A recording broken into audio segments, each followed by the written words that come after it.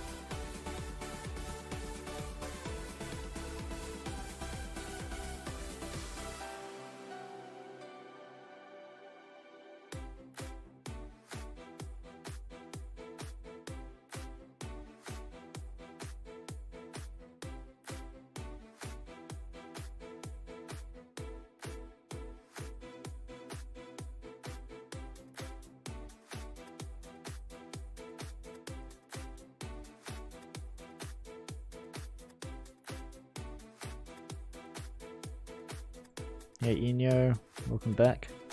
Good to see you again. Pretty much every stream you're watching. Love it.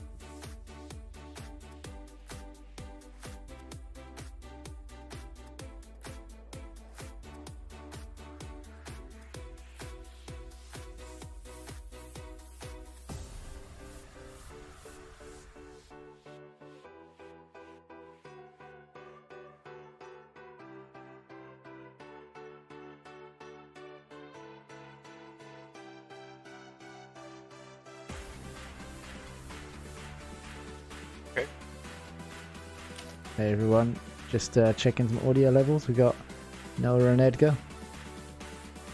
Say a few words. 111. Hey guys, back again this week. Got Edgars now. He played in the game. Hi guys. Oh, it's good to be here. Thank you very much for having me.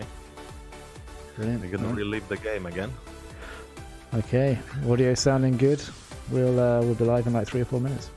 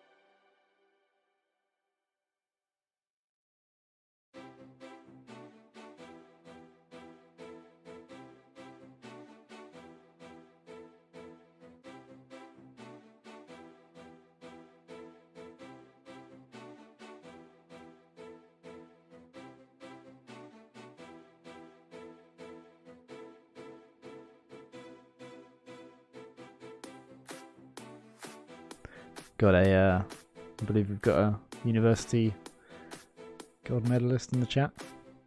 Shout out, Cody.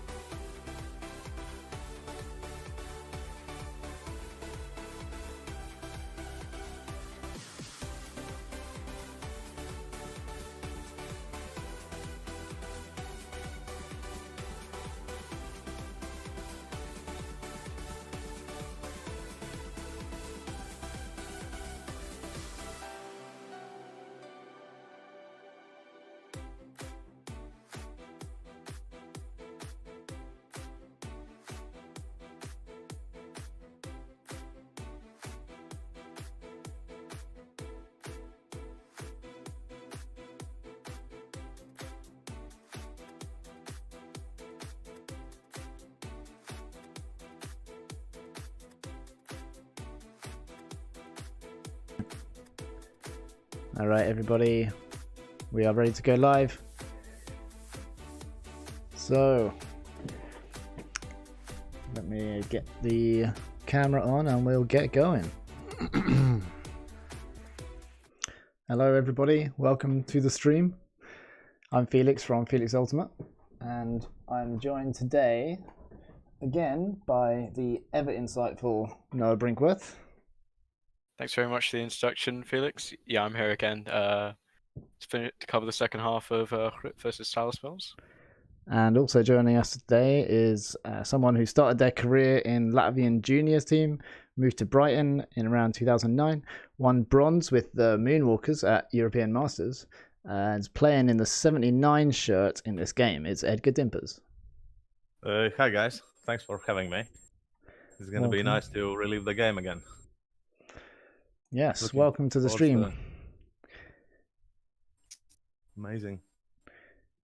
So same deal as usual. I've asked Edgar and Noah to keep special eye on the chat. I'm going to try and keep an eye on it as well, but I'm doing a lot of the video stuff. You can @ me if you want to get my attention.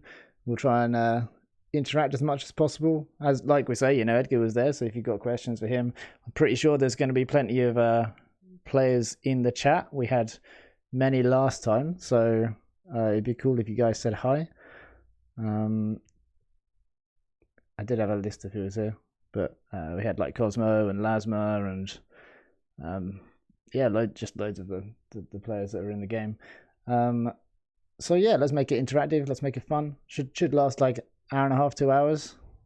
I hope you'll find it interesting. We went over the first half on Wednesday, so here are the highlights from the first half, and then we'll dive straight into the second half.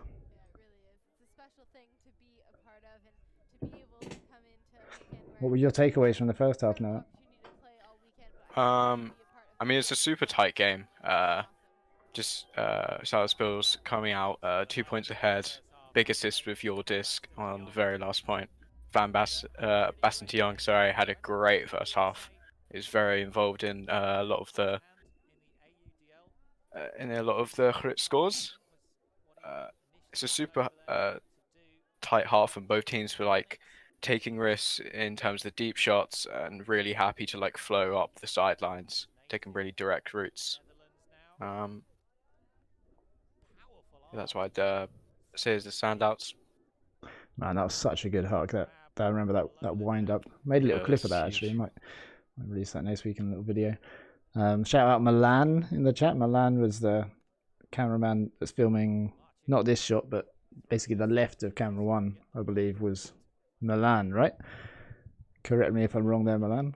Member of the Ulti TV crew. We've got a couple of the Mohawks in the chat as well. Gold medalists indoors. Shout out them.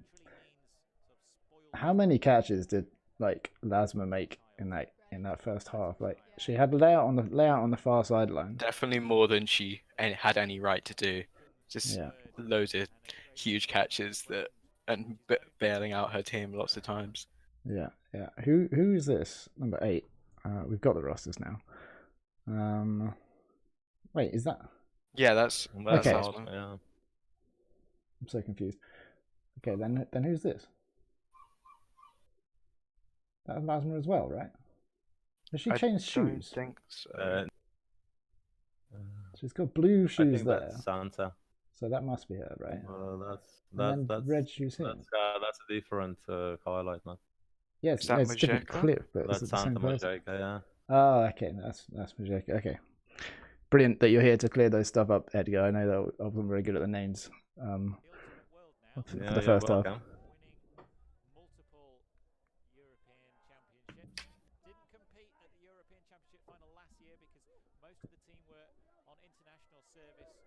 Alright, cool. Load it down with the disc. Something I've noticed is like almost the shape of Grut when they had the disc, because they're so focused on this line space that like all the players are kind of towards the sideline for the majority of the point. When the disc goes over there, like the rest of the players are kind of on that side, which is a very threatening area, but the shape gets a bit malformed. I think, yeah, like I think the risk is also high on this sideline though. We've got like the downwind pushing it a bit away from the camera and towards that sideline. Can cause this like this to go a bit awry, and keeping it down that sideline is quite susceptible for like poachers. We saw like one point where there was a really smart poach sort of in the space in front of the handler, and it led to just a throwaway because all the options taken out in that 10 seconds. So Edgar, Salaspils are 8-6 up going into half. Do you remember what the vibe was at halftime? Do you remember there's like halftime speeches, or whether you were confident? No, it was more of just they keep doing the job. It's one-on-one matchups, as everyone was responsible for the player, and not as much switching and sandwiching going on. Then it was just to keep consistency of and try to get the passes. It wasn't about the hucks kind of mention. It's try more work through the field instead of hucking it. Then that was kind of one of the tasks to do, just to work through, and individually everyone's now are capable as being fit to get free one or another way. Then vibe was amazing. It was good. Everyone's happy and everyone's like, okay, let's do it. And then you huck it. It was, yeah. Huck it straight down the sideline. So we were saying in the first half, and Noah, you were pointing out that this is like this kind of small space down the sideline is something that both teams seem to be overusing. Yeah, and like, I mean, hindsight's 2020 of this one, but like, I think that's Kasparans or something could have probably got this disc if he doesn't attack it here, and we looking at the matchup, I think the Grut defender might have 4 or 5 inches in height on him, so I feel like it might be unlikely for him to get that disc, and maybe it's better for him to go and try and read it a bit lower, but he gets pretty close. Yeah, I mean, we can all be Captain Hindsight, but when the disc is like clearly a little bit, it's biddable, right? It's biddable. Yeah. And so then he takes an aggressive line, and when you're a receiver and you see that defender take that aggressive line, you have to make a split-second decision. Is that line something they? Yeah, it is great work from the defense. Scott is forcing a decision, going like attacking it that hard. Yeah. It felt the shot was too short. Too short. He have to come back instead of doing the separation what he got already. Yeah, so it could have been potentially in the end zone here. Does the throw go over the forcer's head here? It looks like he like ducks down. It's like between his arms. The force looks shook after that throw goes off. Yeah.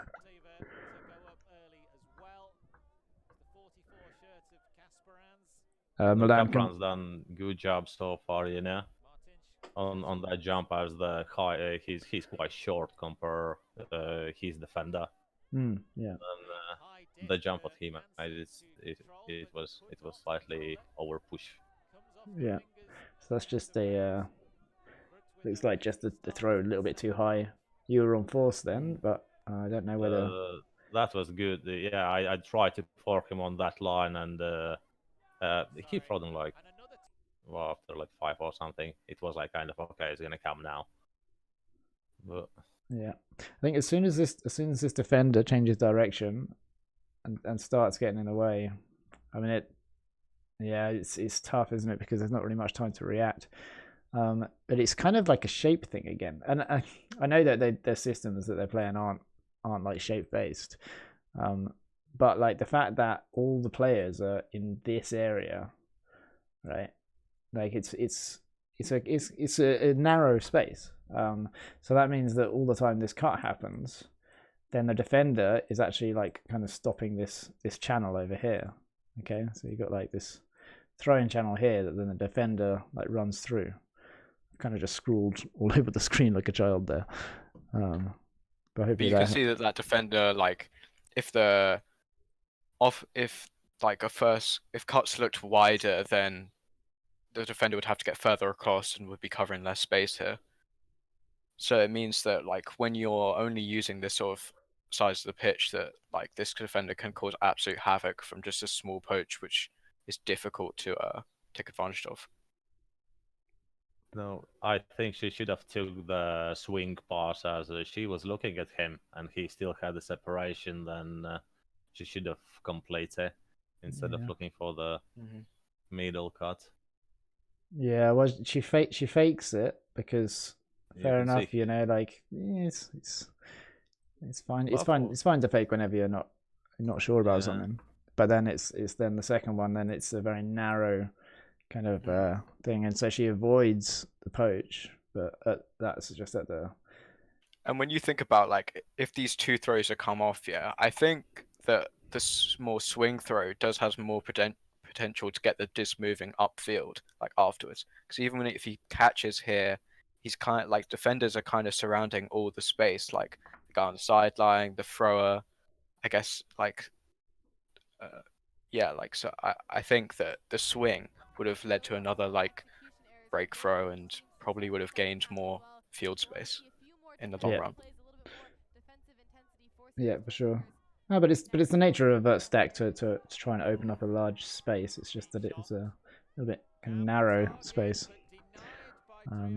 Let's not linger too long on the turnovers. I think this is like there's like this point. There's 2 points. It's a very nervy point. So no separation, but it's Lola Dam. So yeah. No, the wind was a disaster on 2 corners. Which one is this corner and one opposite on the right hand side? If you look from the camera, as the wind pushing down on the disc on this corner, on another corner by diagonal, it pushes. Then that was quite hard to complete anything. Yeah. I think it's like a really understandable shot, like early in the game, but like how many times in the first half, Felix, can you remember like similar shots to this not coming off, and it's like that same sideline flick kind of coming in, and I think there was 2Ds in the first half of that, a really similar throw. So I don't know. Oh yeah, this is epic. Oh, I love this. And the perfect place to do it. Huge. Like, calls a timeout. He's it's a brilliant shoulder. Yeah, Caprans did so well. It wasn't really for him. You can see he was going. The throw should have gone to the gal, and it went just slightly too high up as it's coming towards the wind, and wind just pushes up, and Caprans never gave up, did he? Yeah. And I really like this timeout decision as well. I know, like, he is injured, and that probably plays into his decision here, but this is like a sloppy point. Let's get back under control. Let's like so mad. Try and take this. So I like the decision to call the timeout as well. Catches it here. That's like when she releases this disc, like you would not guess that he's gonna no way. Like catch it like over here. Like the disc has to go like all the way across, and then he's like coming from this angle. That's mad. Full stretch layout. Love it. It's just such a concentration, so good concentration on what's happening with the disc and with the game, and look after each other. Yeah. And Caprans did so well to just keep reading what's going on. Yeah. There was no way he was letting this fall to the floor. That's so good. Fingertip underneath it and immediately calls a timeout. Hopefully he is all right. Rubbing his shoulder after that. It has already been a point with quite amazing technique. Florian, if you can he went on the shoulders just for not to drop the disc. No, there's no contact with the ground and hand. It's took the all hit for the body, then the disc wasn't disturbed, and he could get hold of it. Yeah, just Boom. fly. Yeah, Florian, if you can send that comment again. Oh, look at this disc as well. For some reason, Florian's comment got held for review, and then I clicked the wrong button. But he had something to say. Oh yeah, Florian said people don't know how to lay out properly. It's dangerous for his shoulders. So this is part of the debate. Like, I mean, he does hurt his shoulder here, right? So then he does hurt his shoulder, yeah. The question is, like, if he landed on his chest, and slid, would that be less likely to? No, for the time he was reaching for the disc, it would be so hard for him to, I believe, land on a chest. Then his body already by the line he's running, and the disc where it's coming down, he have to turn his body slightly into. That's why he actually just drop his hand, pushes up his body, and you can see he's sliding on his back. Then I don't believe if he should have catched them with the left tee, but the pivot was with a right leg, right? I agree with Yeah, you Florian can see that the chest layout is probably safer. It's a Pretty right much. way to do chest layout. 100%. My But you also said earlier, Edgars, that like if he did chest layout here, then this disc could like be contacted with the ground. You know, if there's a time to get injured, it's catching this huge like Yeah, layout of final game of the season. Like make it 100% certain. between Maybe all the there's an cameras argument as there. well. as now Capron like, and by doing him on the shoulder. Edgar, say again. Your internet cut out for a second. Yeah, Was- no. Yeah, what I'm saying is then for him to turn his body onto the more shoulder, that there was a reason for it. Right. It could just be Yeah. technique as well. Like I always actually turn and land on my shoulder like that as well. And I felt like I could get a full stretch and still then do that rotation. A lot of people say that that's more likely for injury, but the only time I injured my shoulder was actually then when I started forcing myself to try and lay out on my chest, in that I'd land and actually my arm would get like pushed up there, and then that's like really bad. And then that did kind of something across the top.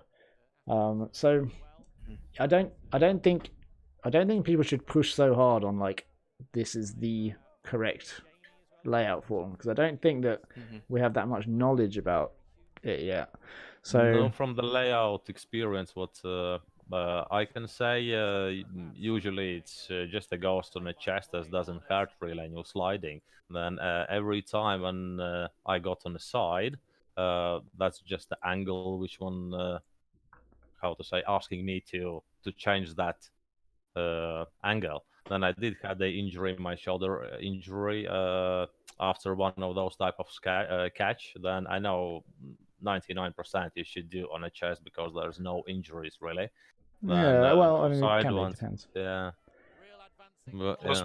Cosmo says that he thinks that the catch is impossible with the chest layout. He thinks that the rotation is what allows Casperans to get to that disc. Yeah, because it gives you an extra inch, doesn't it? I love this. Sorry, I love this. Like, this gets checked in, he goes up the line, and it's a little bit like he catches the disc there, right? So he's actually catching the disc like here. So if one of the Grut defenders was heads up, I think it'd have to be her. She was heads up, then she could have actually maybe got to that space first. You can see Lola hunting it.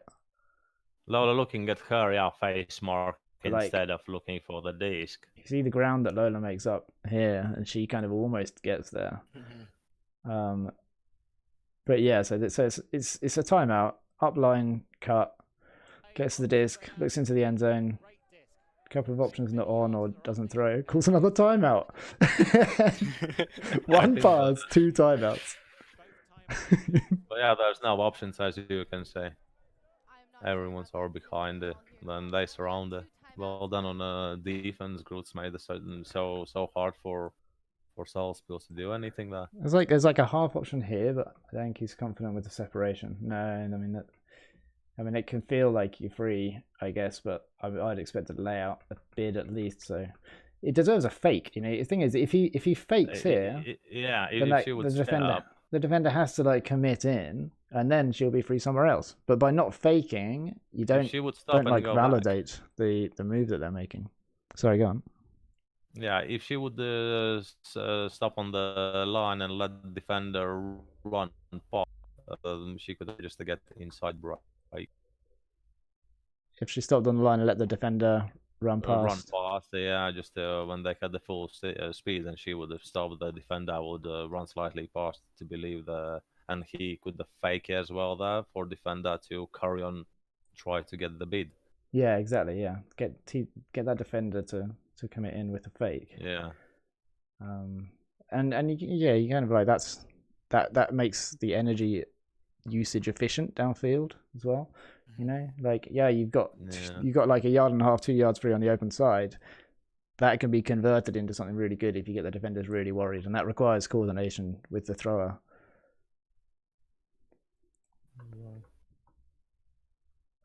Yeah, I love these like gatherings at the end of finals. That timeout, Edgars, were people like questioning the decision of timeout, or were people quite like supportive of like, okay, nothing's on, let's take the timeout, use it again? There wasn't anything really to questioning. It's more like, okay, we need the options. We have to just do the job right. You know, there wasn't anything, 2 timeouts or something.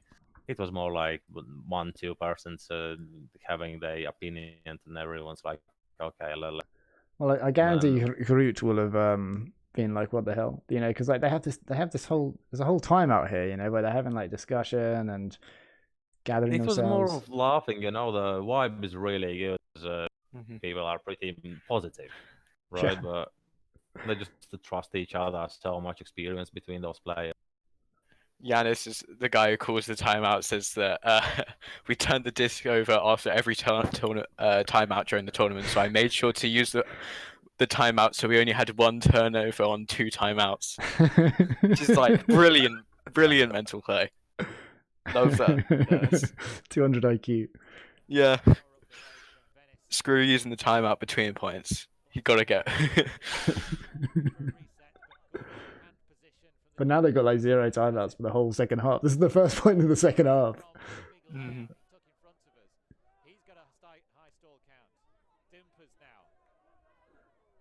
Okay, let's Dimpers. You got the disc here. Let's. I know your initial look is always for the big hammer.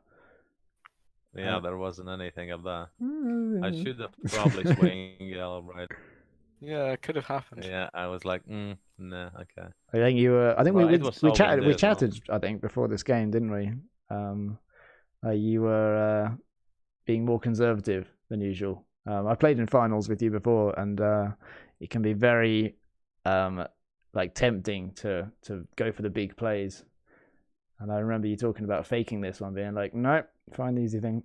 Yeah, no, that's one of the things what talking to you before the game, as you said, like, be safe.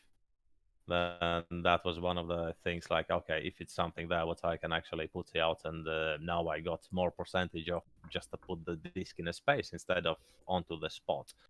Then there was just spot throws, and I didn't want to do them. Didn't want to.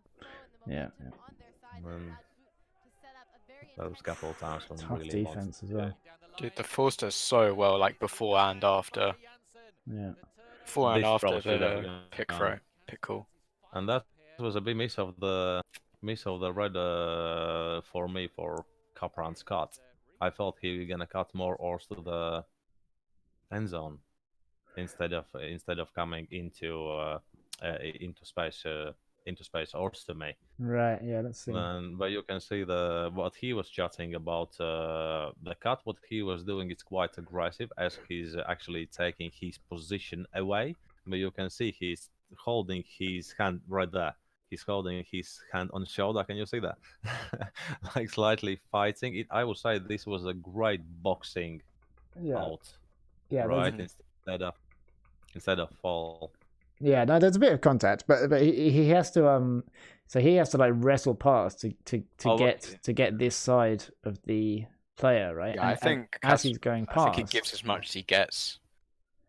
Yeah, really. Yeah, I don't think there's a foul here. But as he's going past, then I think you're seeing, like, if he just ran away this way, then it'd be a goal. This is what I thought he gonna ask. He got the position already to that side. I thought, okay, that's gonna be the line. Yeah, exactly. That's what I was thinking he was doing, and it's like, oh, he's coming under, but I already released it.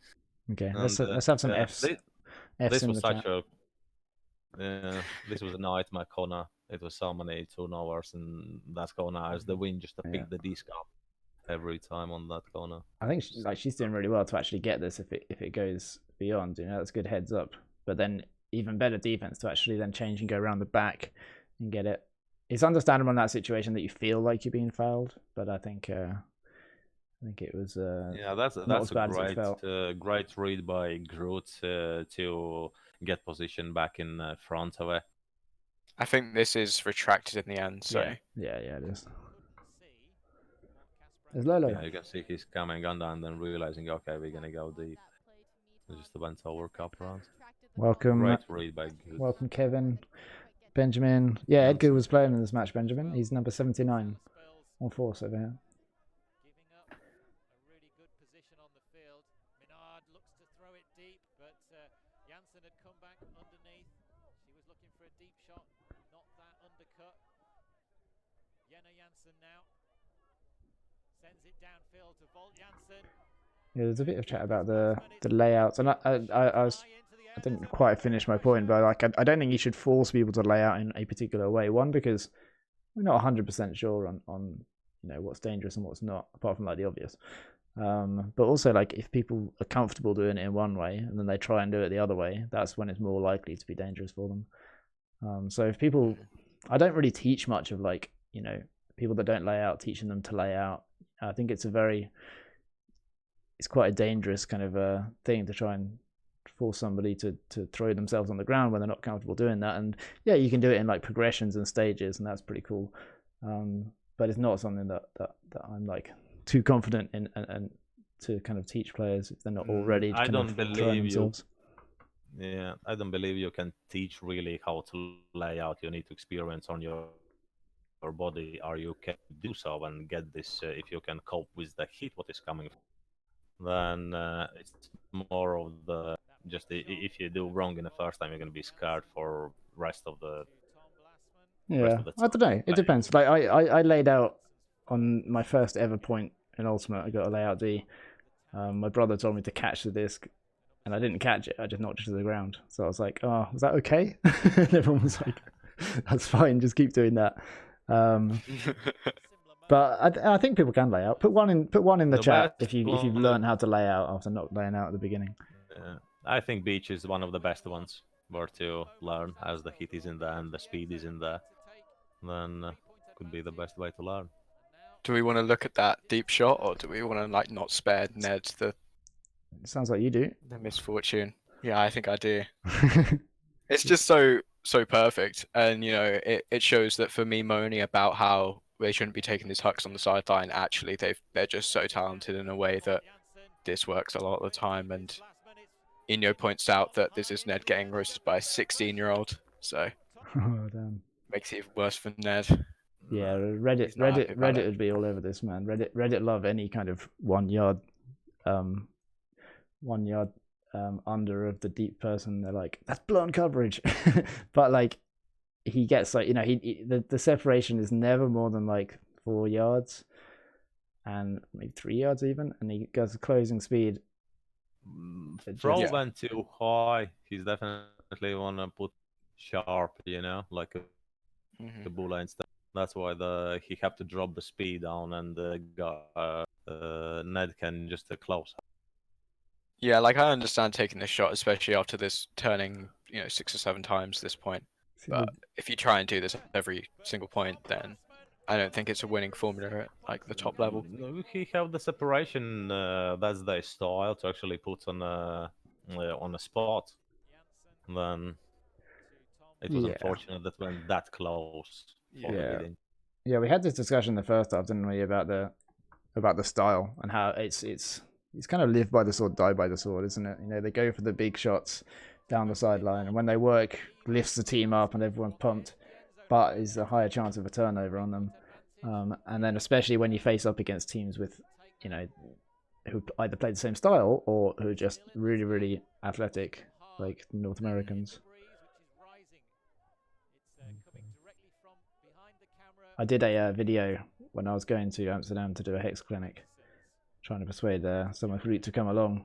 I think the video is called like "There is a better way." I think on the thumbnail I put "There is a better way." Okay, let's have a look at this. Pull comes in. That was Win just picked it up too far. This Rainis Artisans is one of the targets to hit deep. then it's always when he's going the 100% he's committing to.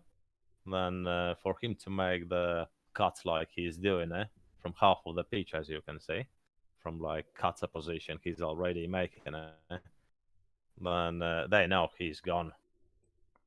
And he's such a speedy guy. Just the throw went too high, wind picked it up, and he was in there. Yeah, it feels. Yeah, so he dumps it off the line here, and he's going. He gets that inside line. As soon as he gets that inside line, then you can see he's like, right, okay, here we go deep. Who did it? The Arbeltinch, right? Let me see. Yeah, that's Arbeltinch, right? That's a youngster which will have one of the best progress in a short amount of time. What, the thrower? The thrower, yeah. He's not sure how long he's playing, but I know he's quite fresh. Couple of years, I know 3, 4 maybe. No idea. Anyway, then he don't have as much experience on those type of games. But what he's doing, like mentally, it's amazing. Yeah, I mean, it looks like what Salaspils do. So he's clearly. Yeah, if there wouldn't be a wind, as most of the times 8 months you spend the time playing indoors, where there's no wind, then this is incredible, you know. Something I was theorizing about. This disc gets passed across, and then across. I'm just wondering if that continued, you know, whether there would be then an easier.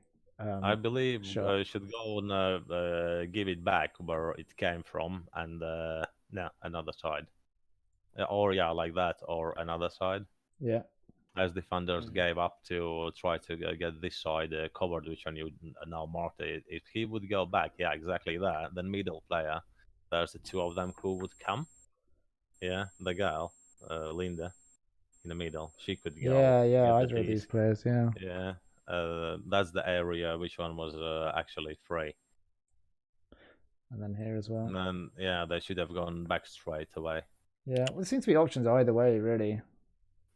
Malderez in the chat says that Appleton has been playing for about 7 years at that point.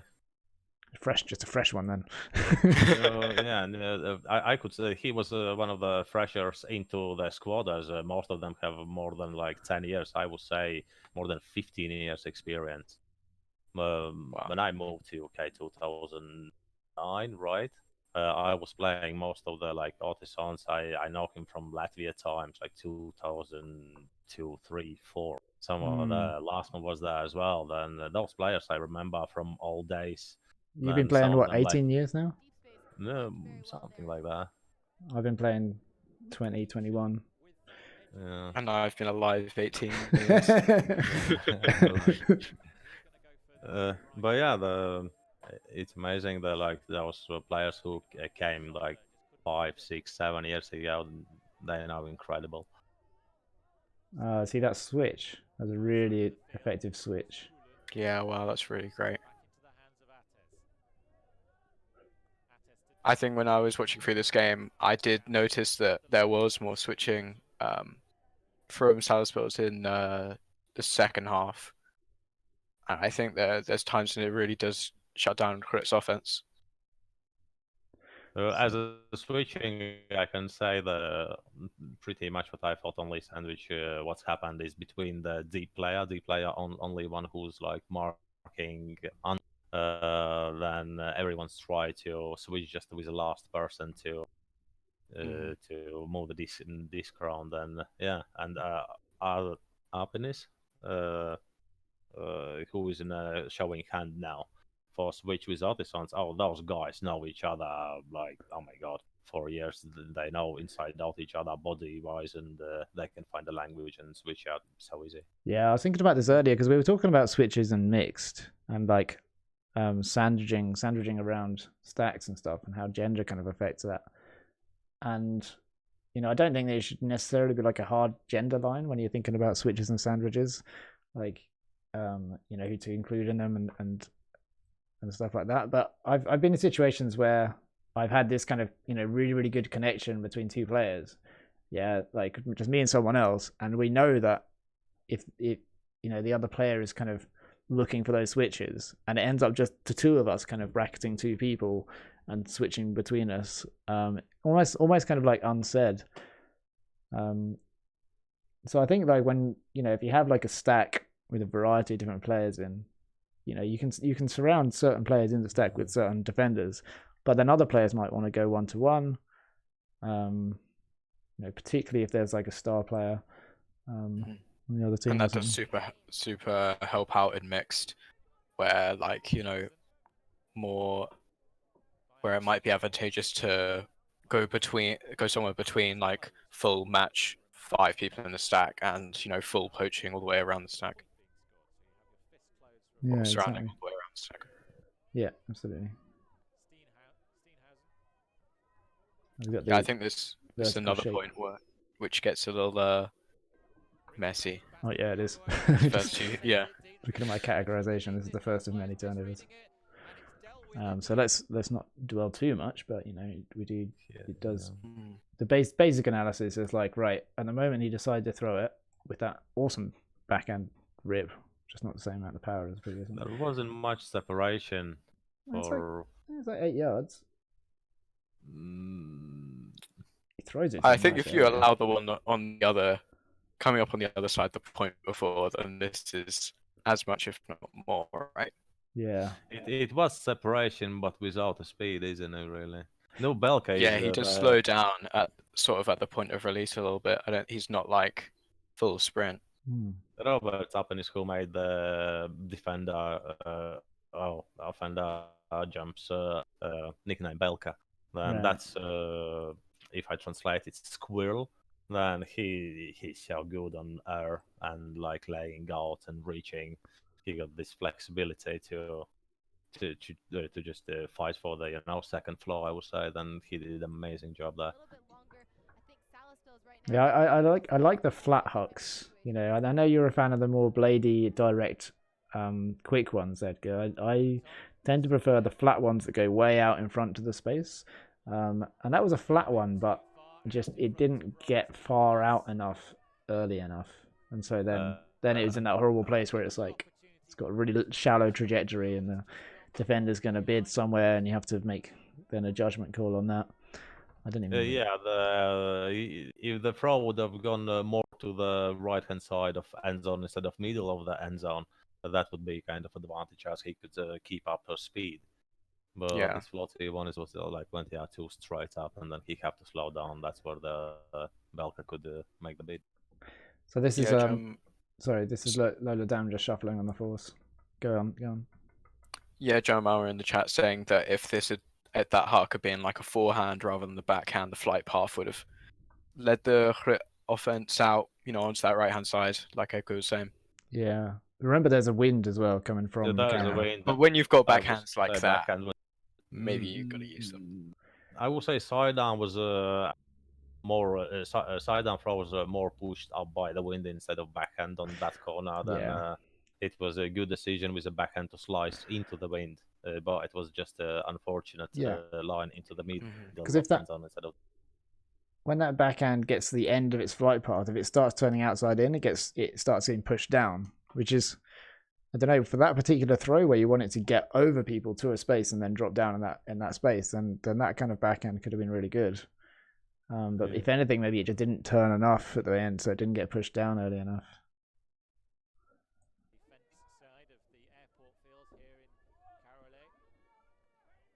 So much sideline play. So stifled in that small, narrow channel, aren't they? They're like, I think he does well. He's kind of squared up to this, the player before, like he's kind of squared up to the force, but the force does so well to like fully trap on the sideline. And that's the thing that Salaspils does so great. Yeah. It doesn't really ever feel like he is going to throw around behind, though. You know what I mean? I think maybe like faking some of these like swing backs or taking some of them occasionally, you know, it's going to help them out. This is the most nonsensical turnover of the game. Yeah, I made a note of this one to be like, what the hell? It's coming up, stepping up, and you're like, okay, yeah, cool, he's seeing something, and then it's like Lola Dam is right here. Like, yeah, Yates okay, was, she's got a looking for fast the first inside step. break. Say what again? Sorry. Yates was trying to get the inside break here. Yeah. And yeah. You don't mean he gets the inside break, but it's to Lola Dam. Yeah, exactly. It's Lola. And this dump was like already moving up and allowed like a completely free swing. You can see the pouch is just behind, but the Lola that should have asked for the disc. She was the dump. Oh yeah, I mean, yeah, okay. She should be making noise, but like also he should be able to see her. Like, you know, I think their responsibility here is to throw it. I mean, really, like this player should have gone through already, so that then she's completely in space over here. So he should be out of there to punish that poach. Because as soon as you get the disc over here, then the whole field's open. Mm-hmm. No, this is one of the standard moves to just a sharp strike to the person. Usually it's very accurate. And I believe the wind again. Let you know, and of course Lola. Oh, that was such a good fake. Like he gets it in the middle. The inside here. backhand's so nice. Yeah, and then that fake is so good because like. And that's the dude who got the defense back. He lost the disc before throw the way and get it back. Well done to him. He does so much hard work. Like that defender's out of the way now. All he needs to do is give go, and then the front corner's his, and it's just behind. And the guy that threw it away gets the D back, as you say. That'd be a really nice channel for him if Bastard Young wasn't like clearing into the stack. I understand why he's clearing in there, but like there's a cut out to the stack into the space that Bastard Young's already in. So maybe if he'd stuck around, left the if playing in that isolation, leaving that the far side lane open.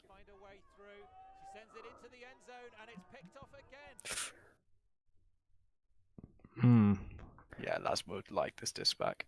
Yeah. The wind pushed it down.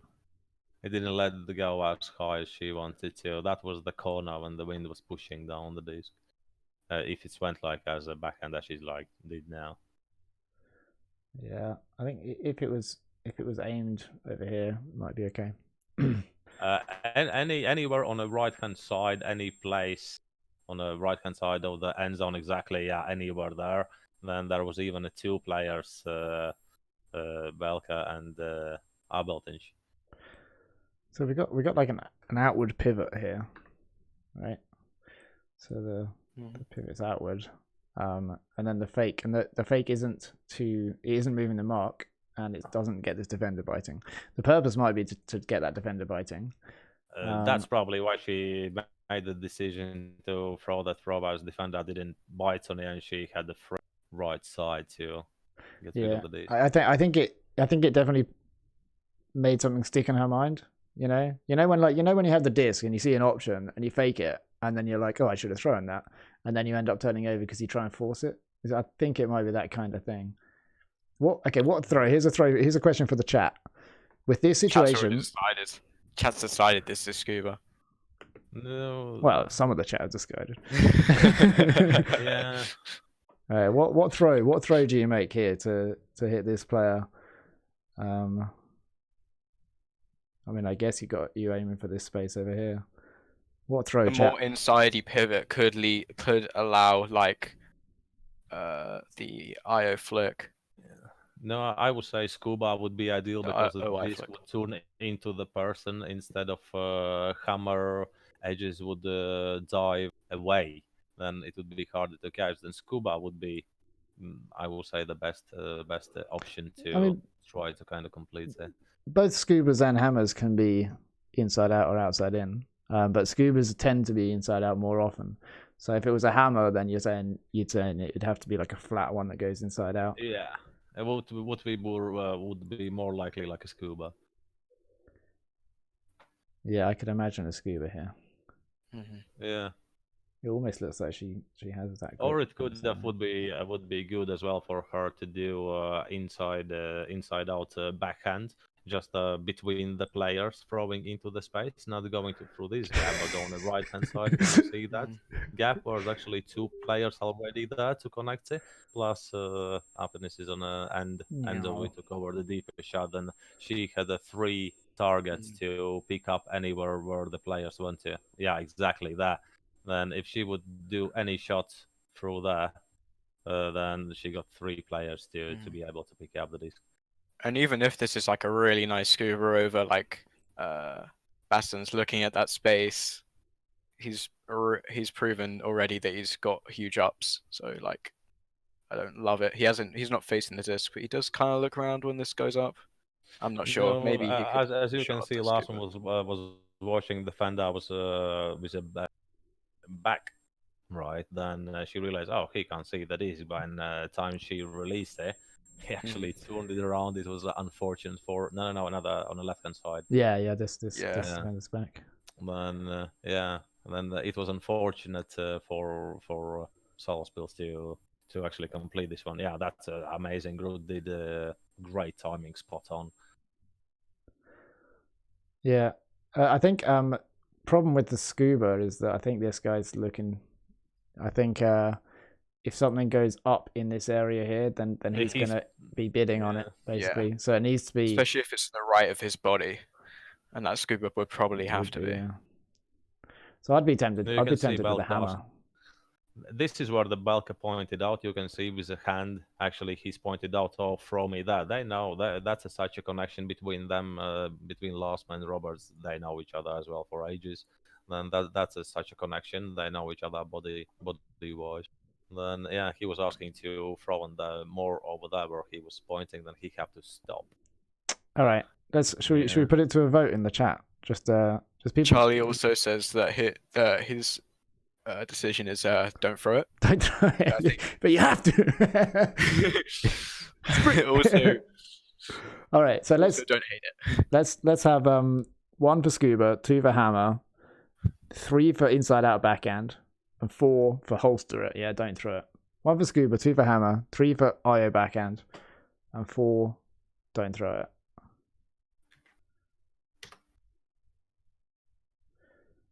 Scuba, hammer, inside out backhand.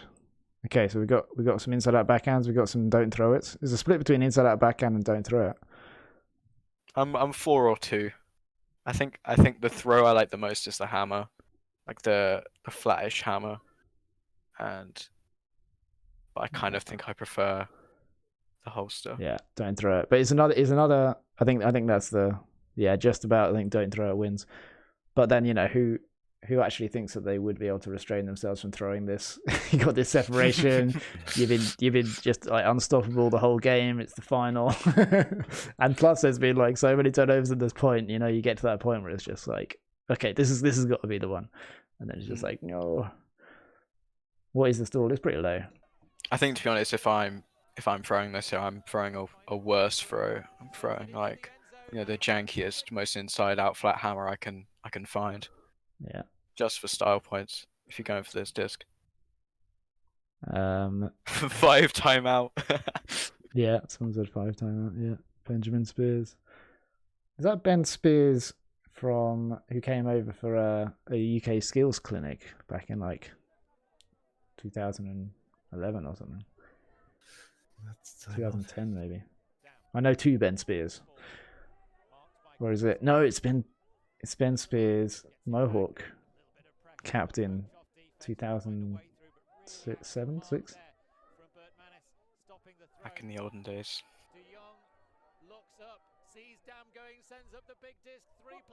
I know 2 Ben Spears. Maybe it's another Ben Spears. Oh, that's a good D, isn't it? That's amazing. He chased it down all the way through. He's so quick as well. No contact whatsoever.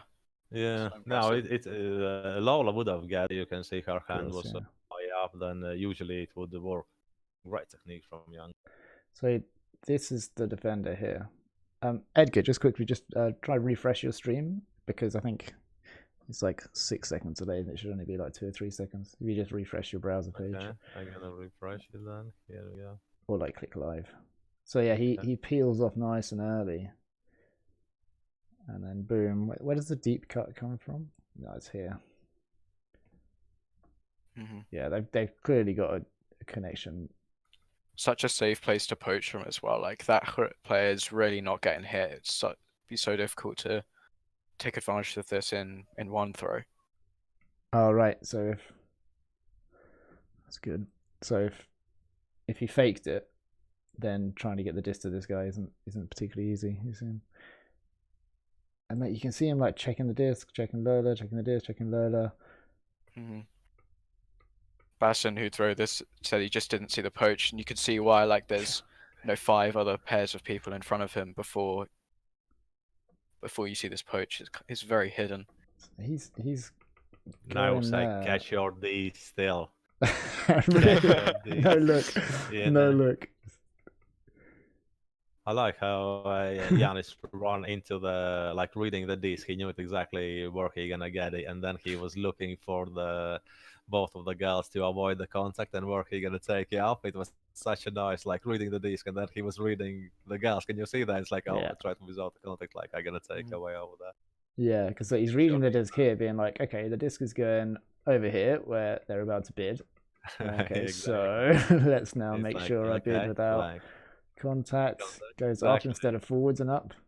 It's like okay. Yeah. Oh, you jumping? I'm gonna jump too. Okay, our disc is there. Thank you very much for letting me know.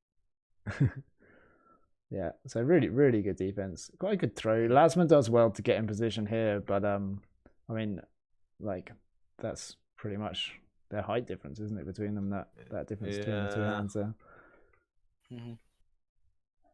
Yeah, high quality play. And then synchronized bids at the end as well. Yeah. The legs Love forward. So he said he didn't see the poach here, which is kind of understandable. It's like far side. And he throws it so far as well. Yeah, all right, nasty. And hey, that like could be a difficulty of a more spread offense, like in like a super like regimented vert stack, like you almost always see that poach off the back. When this is more spread, it definitely is more difficult. Like you can imagine that being like a wing or like a fur or across the pitch back in a hex shape, and that would be difficult to see. Say again, like if this is like quite a spread offense here, but like the sort of poaches that are made, like if you are making this poach in a vert stack, I think it's a lot easier to spot as the thrower. Right. Yeah. Okay. Because it's just easier to track where all the players are, I guess. I quite like this offense from Salaspils. Like there's good shape throughout the duration of this. Really offense. good shape. I kind of should I explain a bit about what I mean by shape? It's basically you basically imagine that like wherever the disc is, you put a line towards the middle of like where the space is, and then shape should be almost like around where that main bit of space is, So then if the disc is on the sideline, then the space is infield, and the disc is in the middle of the field, the space is like that direction. So then as the disc moves between positions here, goes there, then you've got this kind of like the spread players at the back,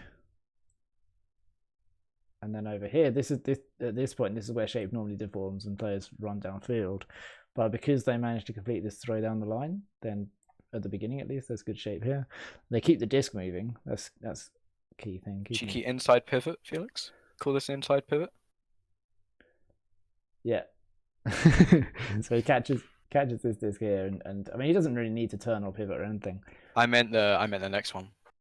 Yeah. Well, that's okay. Now this is an interesting one. Okay, because we were talking last Wednesday about this, about the different terms. Okay, so now I would say this is inside turning, but outward pivot. Yeah, or maybe even outward stance. It's not like a hard pivot. Like it's not like this is a pivot where it's like I'm definitely going to throw a flick down the line. Yeah. But it is an outward stance. So if she kind of like stepped with the backhand towards the middle of the field, that would be an inward stance or an inward pivot, I'd say. So catch, inward turn, outward stance, and because it's not a hard pivot, then you're still able to hit the inside throw. And then that's what kind of fixes or keeps the shape good. I think in a way the turn like is perhaps the most important part, because like she wouldn't have seen that option if she had turned to like face the sideline after catching this disc. Okay, so this one here, she catches. I think that's good to fake that throw down the line there. Edgar, can you turn the sound off on your stream? Yeah, I'm trying to, as my stream on computer goes slightly with delay. Then now I put another stream on my phone, then I can see both of them now. Yeah. Just make sure the sound is off if you can. So after faking that with the outward pivot, then pivots inside, big flick. And this is wind again, right? With no wind, then this is I think this is going to be staying in the field and catchable. But just the wind, you can see it just catches it there. Well, not catches it, but just like pushes it down sharp. She's that's one of her favorite throws. It's a tough throw. Yeah, no, she's good, mate. She played as well for years, as I remember the old days. Then now she's playing in Switzerland for a while. Then she got experience quite a lot now. But yeah, that would be easy for her standard throw to just boost it from half pitch. So Kevin says quickly about the about not seeing the value of the inward. So basically, if you catch a disc and you turn outwards, then you're looking in this area, you're looking across the sideline to then finally facing downfield where you can like see like this, right? Whereas if you turn inwards, right, so rotate around that way, then as soon as you're turning, you're seeing all these players over here and all these options. Okay, so then you're able to hit passes into the middle of the field instantly, and it doesn't take very long to then turn and also face down here if that's where the option is. He's saying that like he doesn't see the difference in the turn and the pivot when we were talking about the inside pivot, not like the value of it as a whole. Oh, right, I see. So pivot is literally just physically the feet, right? This is the pivot point, her left foot here, and this is the non-pivot, the right foot. So for me, the direction of her stance and almost like her pivot is like this direction, right? So I need to get better drawing arrows. Yeah, so it's literally like where the feet are for me is what defines if a pivot is inward or outward. No, it's good. She tuned her body infield, and she can see the players. Yeah, that's it. Yeah, the turn means you can instantly see the players, and the fact that it's just a stance rather than like a hard pivot outwards. Oh, she gets the disc back. What happened here? She got the fall. I believe she had hit when she's stepping across. Oh yeah. There, okay. Can you see how there's a contact? Yeah, there's probably contact that is shielded. That you can't see. Yeah. There's another good thing about pivoting inwards is that often defenders will overcommit. There's a clip in the open final that was played just before this between Clapham and Cus Bologna, where one of the Bologna players pivots inwards and Parslow gets basically beaten on the force and is trying to make up the ground in a similar kind of way, but again fouls. Like if someone pivots inwards past you, then it opens up the whole field for them. I'm loving all the discussion in the chat. Noah and Edgar, feel free to digest some of it. I was just going to say that Ravi pointing out that we're still on 0.2 after an hour in, and I get the point, but there is 14 turns in these first 2 points, so a lot to analyze. Yeah. I was watching the Wednesday stream, and Ted came in and was like, "Can we not watch this poor guy's mistake 10 times?" And then Russ was like, "It's what we do, man." Yeah, it's the fun. Watch the cool stuff 10 times. Especially if like the player who's making the mistake is in the chat. Like, what better thing to do?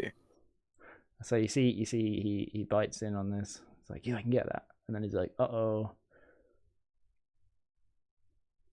Yeah, it's tough to make. Like when you're making up this ground as a defender, he's clearly like, right, the first thing he's going to look at is that break, and he's having to go and check.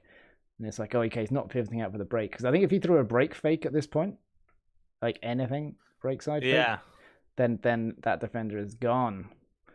But he doesn't, and the offense changes direction first. Just manages to get. So I mean, really good attempt on the defense. Like, it's not really anything you can do after that. Gamble doesn't pay off for the initial poach, and then to get that close, really good.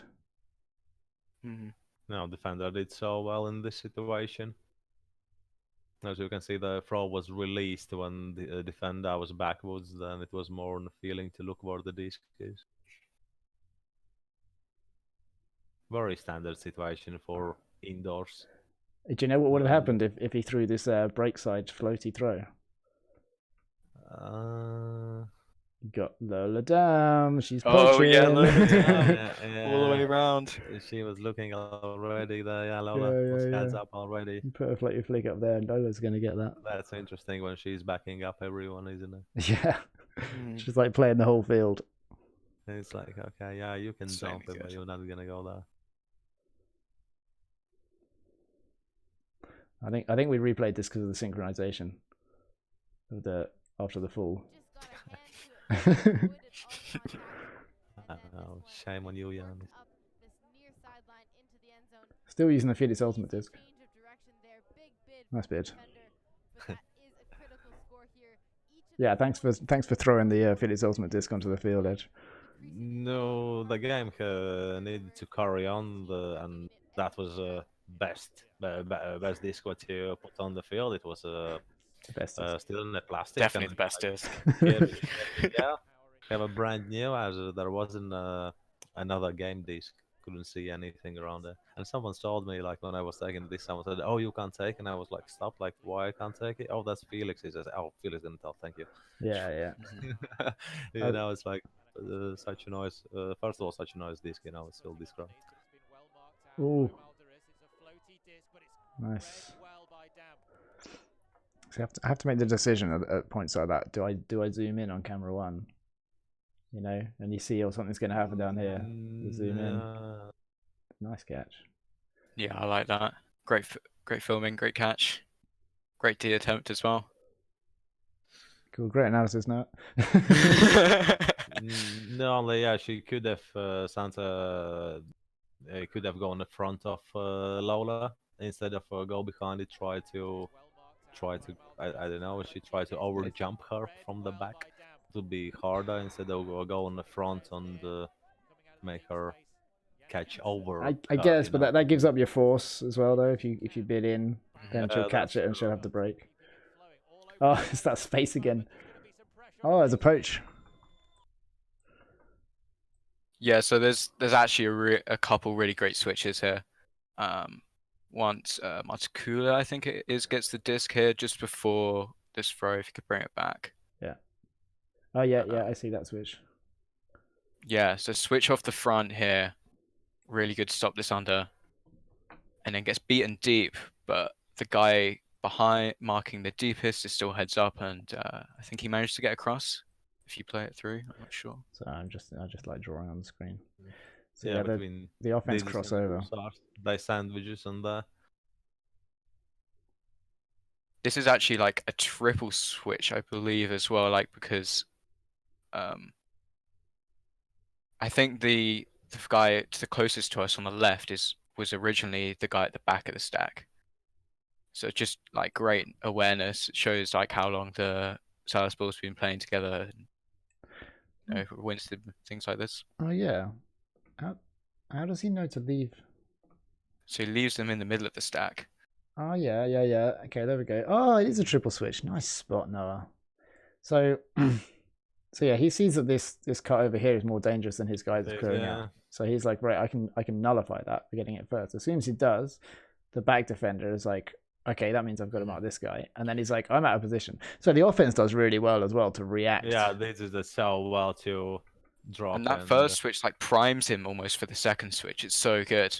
Like actually, this break side probably might not have gone, but like it primes like the under switch that's in a super dangerous space, and puts everyone in this like heads up like frame of mind. Like teamwork. So we have like a triple switch into switch poach. The D. It's really this was nice. a switch again, pretty much. They swapped the defenders again. You see? Yeah. They just stay there. Yeah. It's more of a poach at the end. I mean, I guess the other exactly. offense is running towards the guy on the floor.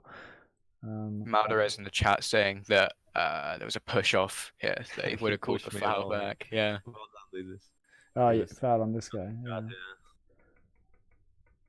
Yeah, it's one of those things where he's trying to slice up the space, you know, like get the guy committing by go inside, but then just initiates a little bit of contact. Probably, I don't know, I can't see.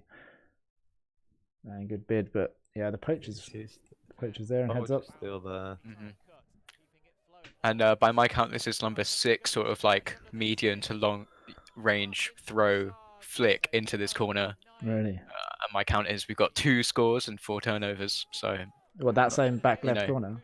Back left corner flick, yeah. Grut. Yeah, that was again we can see it was called.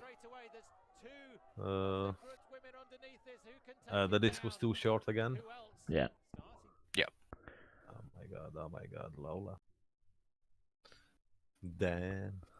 Yeah, it all looked a little bit like hairy, didn't it? It's just like trying to string it together, and then it's just like launch a deep. But I think the actual launch deep isn't too bad. Here's the separation. And Lola's already going as he goes up for the disc. The disc is not even in his hands, and Lola Dam's already running deep for this disc. Yeah, makes up the ground, gets in position. Little bit contact. It's still floaty. The disc went still floaties, and it sits on up in the air instead of going as a huck. Yeah, if it's a flat out race, then I think the Salaspils player wins this to the end zone. Yeah, that was enough separation for sure to throw it. Edgar. I'm behind Edgar, again. what are you doing? Oh my god, I'm sorry. Shame. Especially I'm always so upset when people go in front of my camera when I film. It's like, oh my god, what are you doing? And then here we go by myself. Shame on me. Sorry. Embarrassing. Carry on. But I think that was that Will Foster on the switching to actually switch off that angle on during the replay, which is great production crew stuff. That was a nice catch. He had no right to get that. So we got another triple switch here once he catches the disc. It's just like great play here. So like so Lola's coming up the line and the guy in the hat stops it, and then we have to do this like triple cross gender switch to get everything back in order, and it's just super impressive. Really? Let's have a look. And it's just so great. So I took a look at this. I was like, wow, this is just so smart defense. So immediately getting up and leaving the force, I believe. Look how far away he is when he releases this. It's an absurd throw. Like, he's already 60. How much is that? Like 55 yards deep. And he's like, yeah, that's fine. But yeah, he manages to get in there. Good reception.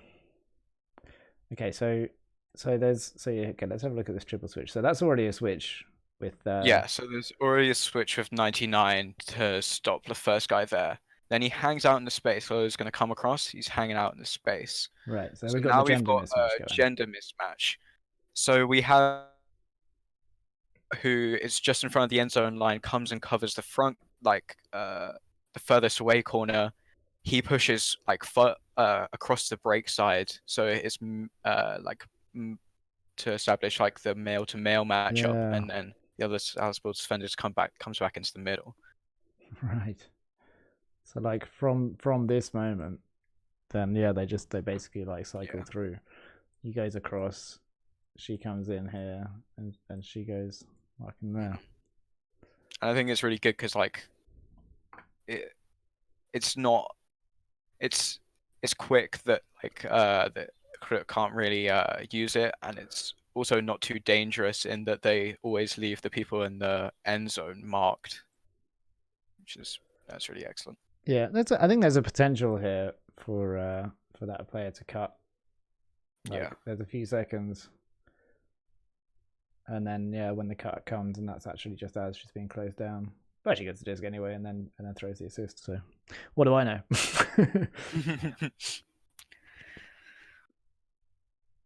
But look, this takes like 10-12 passes to make the score instead of could have easily been one pass, could have been 2 or 3. They have to bring it back almost. Yeah, I felt like more like a patience what they try to do, just to hold in, give 100% small passes. What does Ravi say? Looks like Jana Janssen, blue hat, could have punished that, but didn't realize. Oh yeah, okay. So Yeah, that's what I was same saying. as what you said, Felix. Lola doesn't lose many flat out races. No, but like this one, I'm saying she might have lost because she was already like 10 yards behind. But yeah, I agree. The craziest is when you see a player that you know is fast, and then you watch someone from the Philippines or whatever just like overtake them. But there's one incredibly quick player for India. We played against him in that GB under 23s in 2015, and he was just, I've never seen anything like it. Like, he was almost like twice as fast, it seemed, as anyone else. Ridiculous. Yeah, she does win those 10-yard ones as well. Just, maybe not against the like best players in Europe. I'm talking like top 10, 20 players in Europe here. So, oh, nice leap. And the clout catch right as well. That's a connection again, Belka and Artisans. Yeah, those two guys just know each other inside out. Such a trust between those players.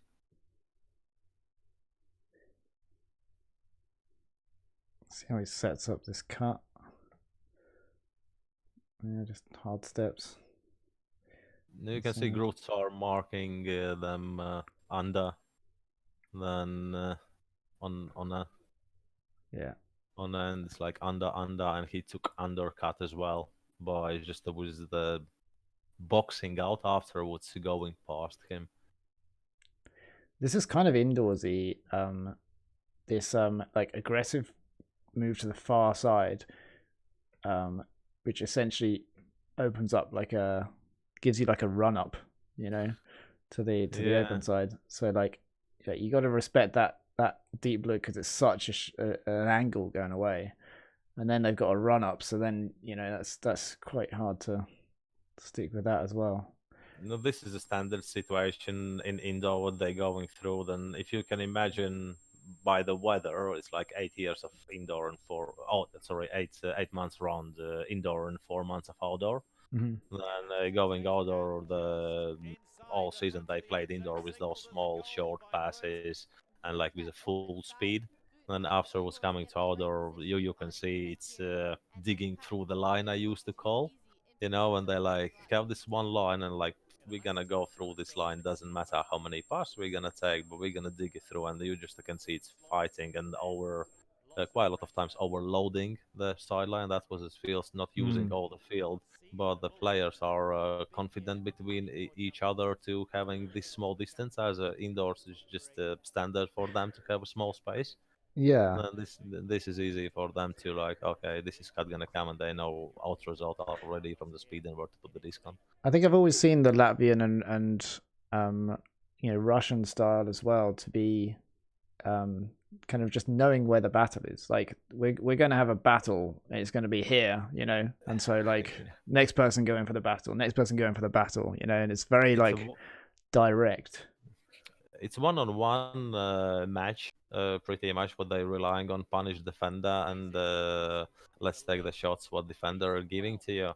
Then not those switches are amazing to see what they're doing, but as as you can see, there's not much of zone defense. That's something new. What is going to be added to the Salaspils and Latvian frisbee, and if not if but when they're gonna work more on the outdoor zones and realize how to switch and sandwich in the 7 against the 7 all field and start to use that, oh, they're gonna be more danger for sure. Then there's a It's gonna be huge so lethal, seeing how obvious it is that you guys all know each other so well and like can communicate over large distances, make those switches that it's going to be. I can only imagine good things. Imagine you guys getting into a zone, getting organized. No, the best part is by you can see the level of Salaspils already, and they have a lot to learn, and there's a lot to space to grow. Then it's a game for the future. That is going to be hardcore for people to compete against Salaspils till they keep learning and stay hungry for it. Are they going to alternate mixed and open women's focus years? Do you know? Mix is kind of now main target to concentrate on as the I believe now everyone's looking forward to World Games in 2021, isn't it?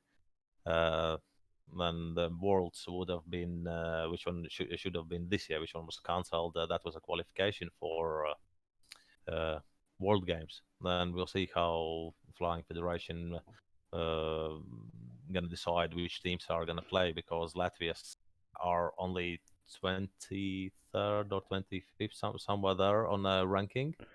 Yeah. Just gonna talk. Just gonna make a battle, Just gonna talk quickly about this Lola down cutting. Like she gets a little bit open side, which means the defender is then worried about it. So then the defender commits, plants and goes break side. But then she realizes, and you realize at the same time that the space is being occupied, right?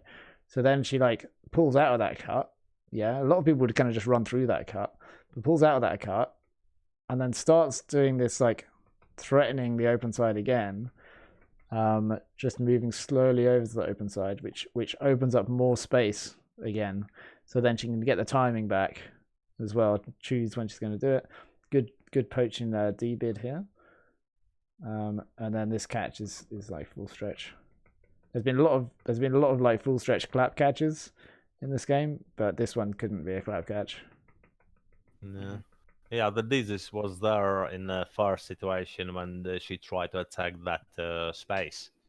And then Basson, who's on the disc here, says he called for her to make this cut onto the break side. Right. Ravi is also saying that World Games is now pushed to 2022. Yeah. Oh my god. Yeah, I don't talk about future events really. It's all speculation. This is why we're talking about this. Why I'm saying about the mix, because that's in a mix, isn't it? World Games. Yeah, World Games is mixed. So yeah, and then this is what is, I believe so. They will try to continue as a mix. Mm. But there's quite a lot of players still to be able to make a couple of teams. No, I don't know. Guys, write it down from Latvia. How many players are in Latvia? If I have to guess, 150 something. I don't know. 150. 200 maximum. I don't know. Somewhere there. Guys, write it down. What the number is? How many Latvia have the players? Frisbee players. Wow, this catch. I mean, they're hitting that same tiny space in the back corner of the end zone. She has to get up because the defender's like coming in, so she has to get up super early. Wow. She like hovers. Was it? Oh, it's stall count. I don't think so. I'll go back and check in a second. She gets up and like hovers. She's actually like on her way down when she catches this, but she's jumped up to get the position.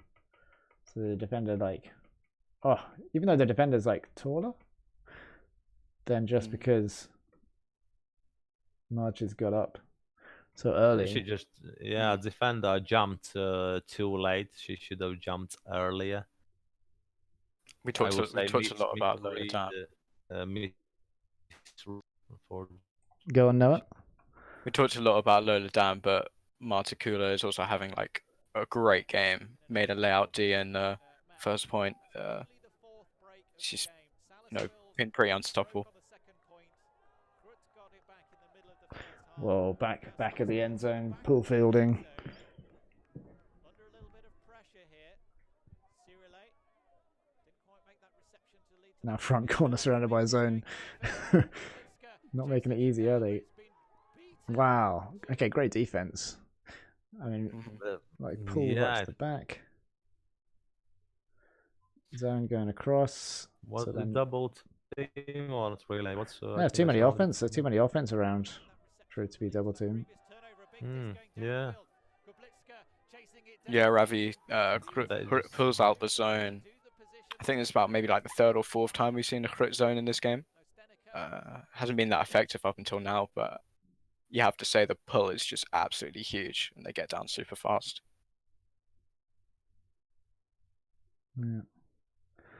Yeah, nice play. It was a good good defense from the good Grut to just stay in the positions instead of just to keep running with the offense. They can let them have it into the cup in the middle of it instead of to be able to mark around, giving for the dump.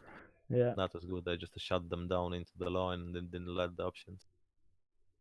So the commentator uses words that you don't often hear a commentator use here. We'll try and turn it up because I don't want to say it. Back to Ates.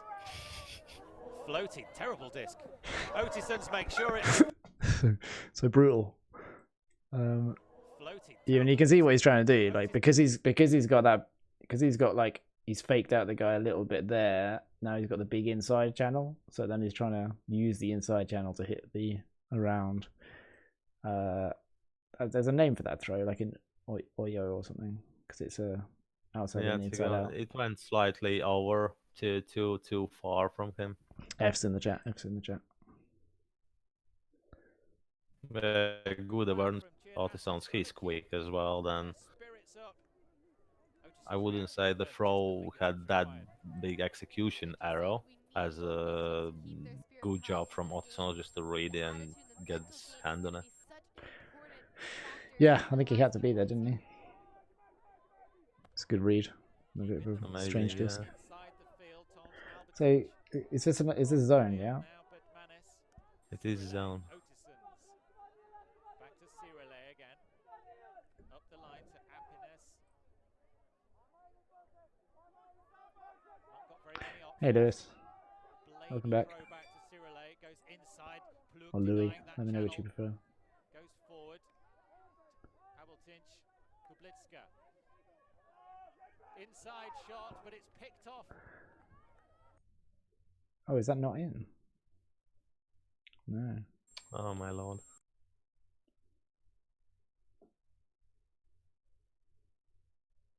Oh, right, it's D.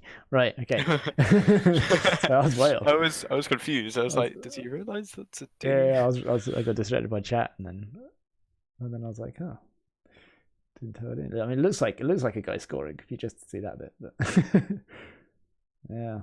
So just too fast. It was good, isn't it? It was very calm. They were very calm to move the disc from the one side to another, and just on the end of it was a bit too much of fraud. But the wind is very strange in that corner. It's just to push the disc. It doesn't. The wind felt stronger than actually it was, and the throw was slightly off. And if it went too high, just to push you up straight away. Yeah, just good defense to clog the throwing lane there. I like this quick start. They are doing a great job. Pick up and go immediately. Just sneaking in. From Grut after that point, despite the fact that they were just scored on. So you have to wonder how that mental game is going to play an effect. 1, 2, 3, 4 turnovers in that point, I think. Yeah. Had several mistakes and able to get it back on this nice poach block here in the middle. I think there's some part of this second half where it is a little bit sloppier, but I think the defense is considerably better in the second half as well from both teams. Quite right, Becky. The body language of these Yeah. I mean, there's been a share of both execution errors, but also defenders doing great stuff. Salaspils offensive line unhappy with their performance. Games down in the stadium. Yeah, great body positioning. You should try to hunt it down the defense. Oh, was that the shot? Yeah, that's the shot of Ted with Daviday in his pants in the background. Oh dear. Milan, was that one of your shots?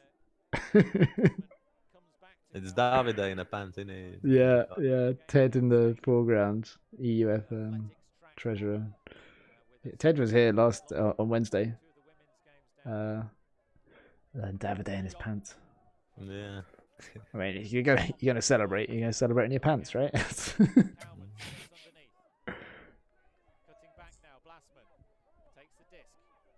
So we've got a Dimpers poach here coming up. Ooh. Off the front, he's looking. He's I prowling. Yeah, I want to. Taking advantage of well, to be fair. The first hammer we've seen all game. Wait, No, yeah, that maybe? was a shame. The guys didn't pick the player. I end up with like 2 of them, and you can see they dragged me off in the like stream of people dragged me off from the player as well. I couldn't stop. I can see they're running over to me, and I couldn't call the pick. Nothing really. I just knew it. I end up in this situation. So, I think that's Edgar there, right? Yeah, and then you go in and get the force on. Nice and tight, nice and tight, nice and tight. Yeah, kind of pick. Ah, yes, okay. And then here, you sense that they're looking open side. You see that, boom, boom, boom. That's brilliant. So then he should immediately then react. Yeah, as soon as that happens. This is where, like, if you preempt switches, then it gives you so much more of an advantage, because if he like knows that you're going to switch, then he can commit over there much earlier. Yeah. No, that was I picked. Yeah, I should have had the communication on the field slightly more, but it was nice. I was doing this switch to stop them having. That's so nice. Yeah, I just switched to for them to try to find another way to go through with the disc, then they have to move the disc slightly more instead of just to go for scoring through the line. What they're doing quite a lot. They didn't like to really switch the sides as much as digging through the line. Yeah. I would say and even like as it stood with the hammer going up, like you could argue that the fact that hammer goes up kind of causes the next hammer to go up, and that kind of causes a turn. That is a thing. Hammers breed hammers. They do. They really do. Like I thought about how like this hammer that causes a turnover late in the point, it never gets thrown if this first hammer isn't thrown and successfully. It's like, yeah, I'm not at all saying you shouldn't throw hammers, but like I think you've got to like balance your range of throws. You've got to be thinking about the hammer all the way through the point, thinking like not just always being flick backhand, thinking that hammer's always an option. No, in a way, it's so hard to complete them properly, I would say, because you need to pay attention for 100%. This can't be casual one. It's have to be like proper grip into your hand, and you're like, yeah, I'm in control of this one, calculating the wind, bang, hit it. Then, yeah, it was still casual, I would say. Yeah, it's because the disc is, vertical. It gets down. Yeah, it gets affected by the wind a lot more than other throws. And so, if you forget about the wind, then that's you'll be punished for the hammer. Hammers have got a bit of a bad name, bit more of a worse name than they deserve. And sometimes it's because it's people's like stall 9 panic throw. And then other times people say like don't throw hammers in the wind, and I think that's a misnomer. Is that the right use of the word? No, I wouldn't say don't throw the hammers in the wind as a rule. Right? I know Dougie Milner, which one used to be a teammate. There wasn't a wind what can stop him to throw the hammer into the space, but the shape what he was throwing out was so like high compared like low ones, and it didn't. It's just of technique how you can do it, and you need to practice and practice and practice and practice until you actually get the consistency, and people don't throw in the trainings much hammers as much like backhands and sideline. UK went through a period where hammers were just frowned upon and no one trained them, and then whenever anyone tried to throw them, they were not very good at throwing them. So then, all hammers that were thrown were bad. Apart from Brighton just throwed hammers all the time. Throwed, we throwed them good. That was Brighton weapon. Yeah, like hammers, and that's how we break through. Then just quickly looking at this play. Look at this cut. The 3 steps backwards. He knows that he's being face marked, right? So normally this is like you're in a reset position. You're being face marked. You don't have to cut and then throw the disc out. But Salaspils just do it over 40 yards. It's okay, right? You're being face marked. I'll just put the disc out to the side. Such accuracy. I think he's showing with the hand, by the way, throw me into that corner bay. I think he's pointing her out here now. Just to go slightly back, and you can see his when I got the disc, he was going deep, and I can see he's going deep, and this was the time when I want to make the shot. But I knew it. I messed it up the last throw, and I know if I turn this over, we're gonna be even. If we score, we're gonna be +2. Then that was like, I'm gonna go with a short one. What was I believe we scored. That was the right decision. But yeah, that was the first one when he boosted deep. I didn't throw it to him. Right. And the defender stopped because the pro didn't came through, and he went as a face mark. And afterwards, you can see when he was facing face mark, I think Yanis was showing and pointing. Yeah, give me in the corner, and she's like, "Oh, he's a first mark. Can you see that? Yeah. Can you see that? The little flick with like hand chick. Yeah. It happened perfectly. Yeah, well done for him to show what she needs to do, and because he was face marked, the guy couldn't make a beat in the right time. Well, they've had a hard tournament, Salaspils. We commentated on one of their games earlier in the week. Kim in the chat with hammer fever, or like, I have a fever and the only cure is more hammer. Oh, this is epic actually. So I don't know if anyone's played this game. It's where you have like a bench and you have to lie on the bench and then go off the side of the bench and then underneath the bench and then up the other side. And I think the camera cuts away for the middle bit when she's like going under the bench. But then Milan or whoever's like, come back to me. She's about to do it. Because it's really hard to do.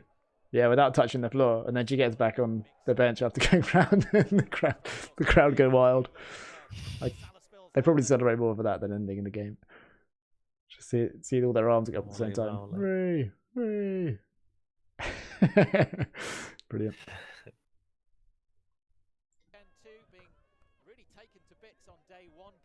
Yeah, with the chair, it's done. Or with the person as well. You start on their back and go over their shoulders.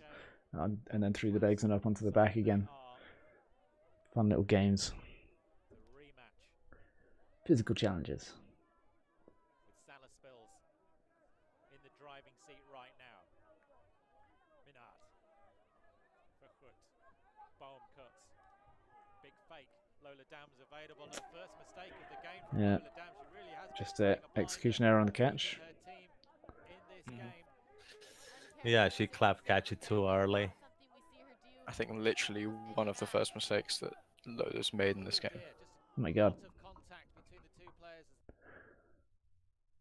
So this goes up. You've got the wind underneath it a little bit. Lola takes that angle. Goes up and like almost, I think the contact happens just before. So she potentially could have touched that disc. But then the offense is coming in as well. It's a tricky situation, isn't it? Because is it the onus of the offense to pull out of this move? I would say the offense didn't try to make a bid for the disc, like read the disc as much instead of for the defender. Then. Well, I think it actually picks up. If you watch the disc path, it actually picks up just before the end here. It's like going and then it goes up at the end. Yeah, wow, that's like a lot. So I think both of them could have got it. I think Lola probably would have got it first, but then, even if she had and there was this kind of contact, is that a foul? Kevin says not the foul from Lacancy, really. Kevin says I think it's the sort of thing that, like, despite whether you call this a foul or not a foul, it's kind of always going to happen because Lola's in the mindset of I'm grabbing the steers, I'm getting back the turnover, and she No, kind the of does peel a little bit back towards, but I would say the throw it wasn't good throw as it went to the great path for defender. Anything would go on the left. If the throw would be higher and go on the left, then there was and the higher there was a Yanis which one could back her up as well. And instead of squeezing into the space boys at the sideline, they could have just gone on the left hand side. And yeah, you were there. it's a harder throw. But yeah, I see what you mean. That was the subject of the video that released yesterday. Actually, those throws that fade over to the break side. All right, one in the chat. Let's put it to a little vote.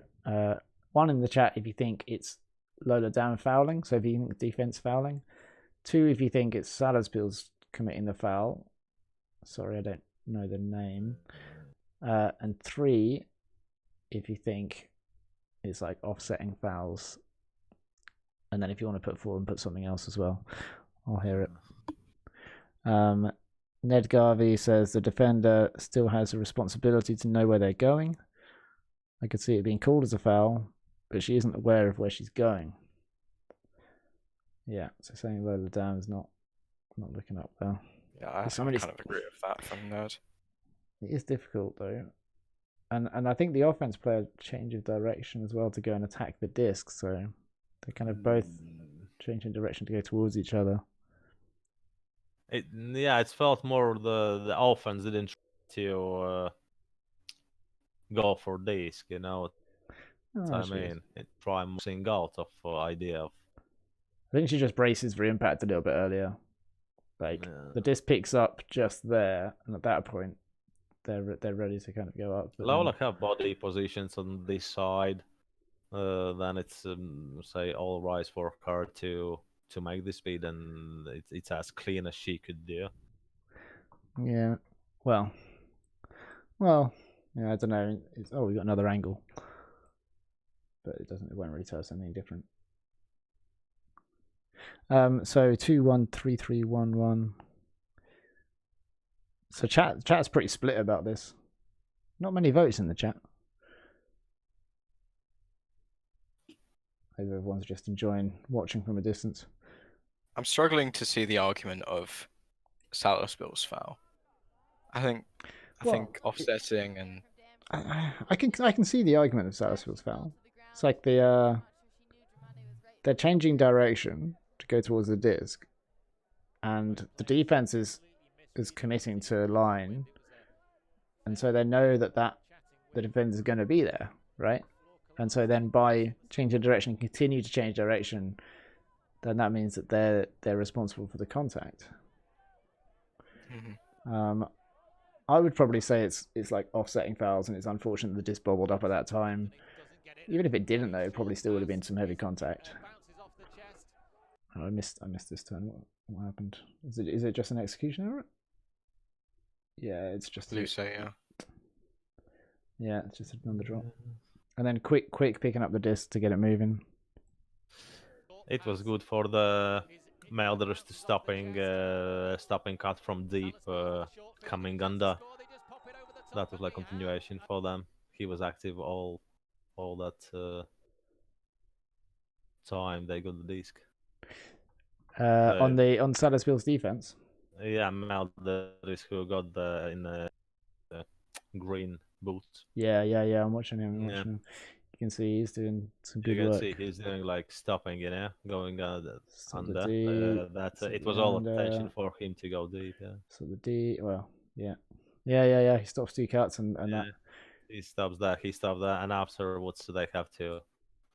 And the catch was if he wouldn't jump to try to catch.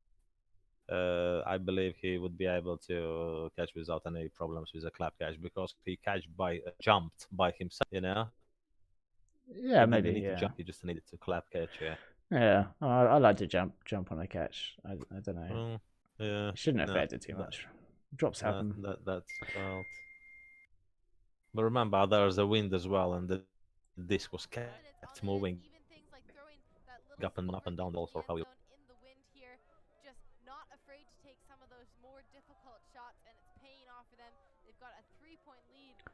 importantly, Tom, they're White now wasn't 42 attempting to make a points catch. away from Yeah, you see, I disagree. I think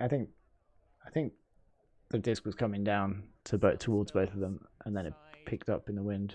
Part of the Latvian ultimate score. Welcome, Yeah, like welcome it to is a the chat, though, misread, Frigga. but the bobble is so late on the disc, on the path of the flight of the disc. They're going to come out on offense.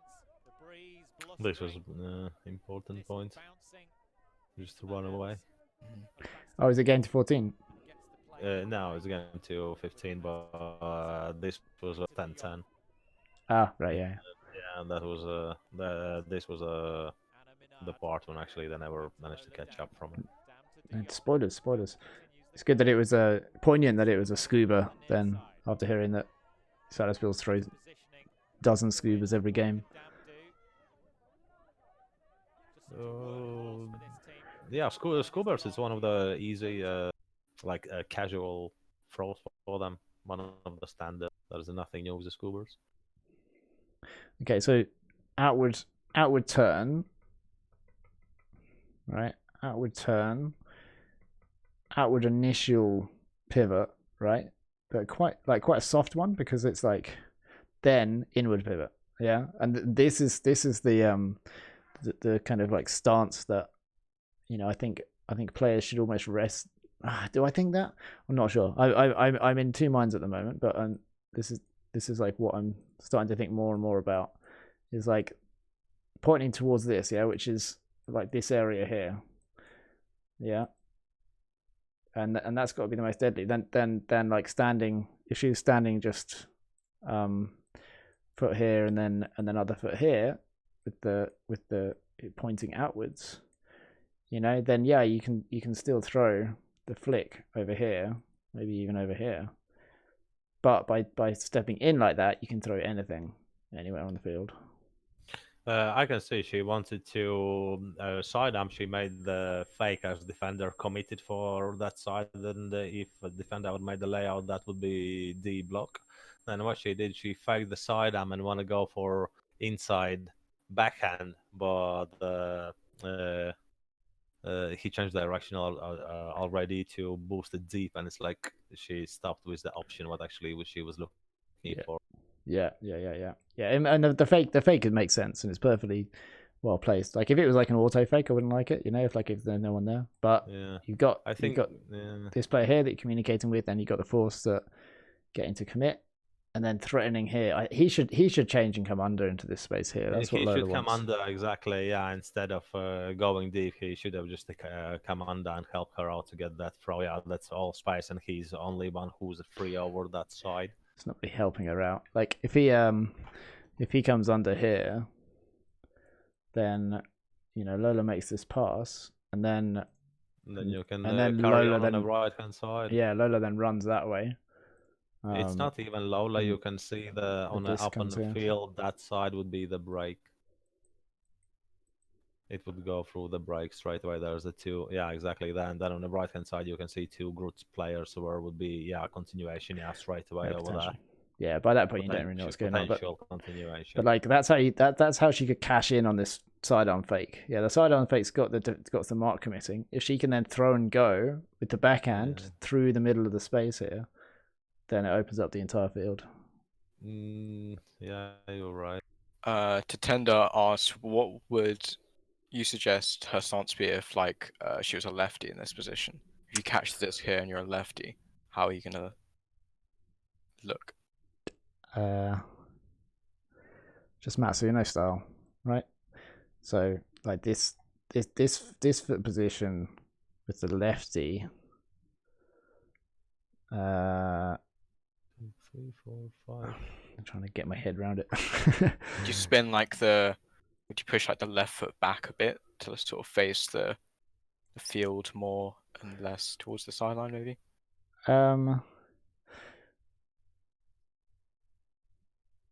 Yeah. If you... No, I wouldn't say that. I would say she got a really good pivot on actually for the sidearm. Yeah. We're talking about lefty. So if a lefty stepped out here for the backhand, then that would be the outward pivot. So actually having their feet like this would be kind of the opposite of that. But like if it was like a foot here and a foot here with lefty, yeah, then it's like either a backhand threat over here or a flick threat over here, right? No, yeah, she's not lefty, right? No, we know. We're going hypothetical. Yeah, but if it would be lefty, probably she would have hucked it for him and he boosted deep, you know. When she faked the. It's harder would be as well make the fake with the backhand because it takes longer time to set up the throw. Then side down was easy at the minute to make for defender to commit and change your direction straight away for backhand. Yeah, the side down fake was definitely well placed. We're just trying to figure out the inward pivot stuff still. Like, what is an inward turn? What's an inward pivot? What's stance? And what's the best to do out of all these things? Because that also, like, that can't be too bad. Like, so he does really well here to get in bounds, obviously. Hey, yeah, Very nice. Just doing so well. Superstar. And then this, right? Don't like this foot positioning here, okay? Because then that's like off the side. But at the same time, you can throw still down here, all right? So I'd rather can't throw to this player. This is the main thing. This isn't a threat. But if both feet were on the line, that's facing inwards, right? Which is another thing. You've got turning inwards, facing inwards, pivoting inwards, and then stance, right? Maybe stance and facing are quite similar. Yeah, stance and facing, I'd say it was the same. But if both were on the line, then he can still throw down here, but he might need to step back a bit for the flick. But then he can also see and throw to the backfield with either a no pivot backhand or a pivot one, step over. I like that he adjusts and moves that foot forward. You see, when that foot comes forward, now that opens up this inside out channel, right? And it also makes it easier to step over for the backhand, while still being able to hit down the line.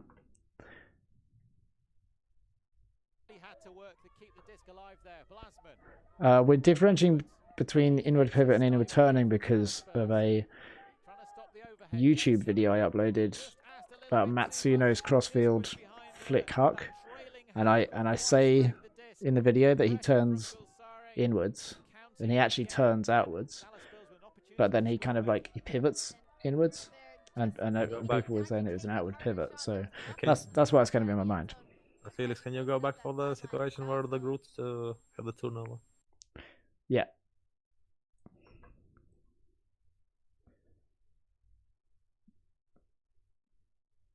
Yeah, what do you see? It's good defense from Salaspils getting in that. Disc is slightly behind.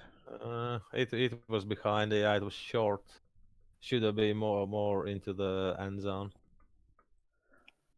Salaspils defender is heads up here though, so I don't think you can't float it up much further, but yeah, a little bit further. Great from Gusara to just keep up and try to still make a beat, which he did actually. Yeah, well, that forced the attempt to catch to be earlier, so that forced the turnover. Yeah, Kevin, if you look at my YouTube, subscribe and turn on notifications whilst you're there. Then it is called Matsuno Crossfield Flick Huck, I think. And I end up discussing it with Doctar on Reddit, and realised that it was like a lexicon and misunderstanding type thing rather than disagreement. But yeah, it's something that we will make a lexicon for it, and we will get to understanding with it just by continuing to talk about it and get people's opinions and stuff on the stream.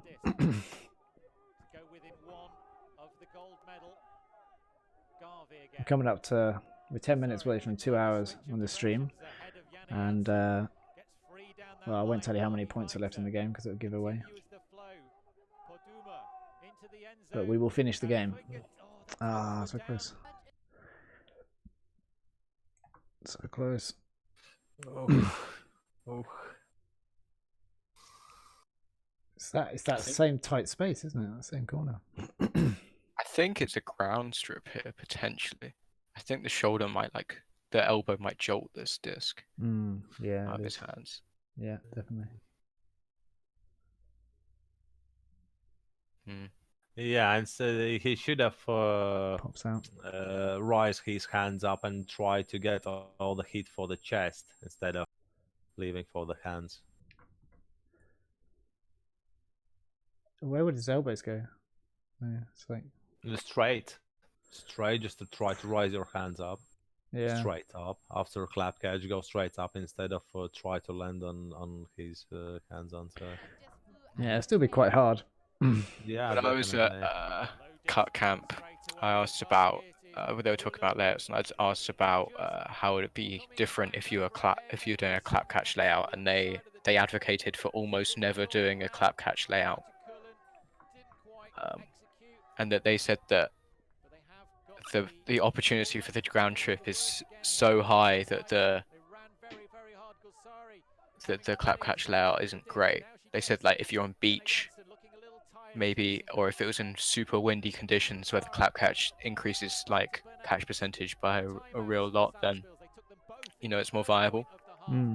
They said in normal conditions that the clap catch layout isn't almost never a good idea.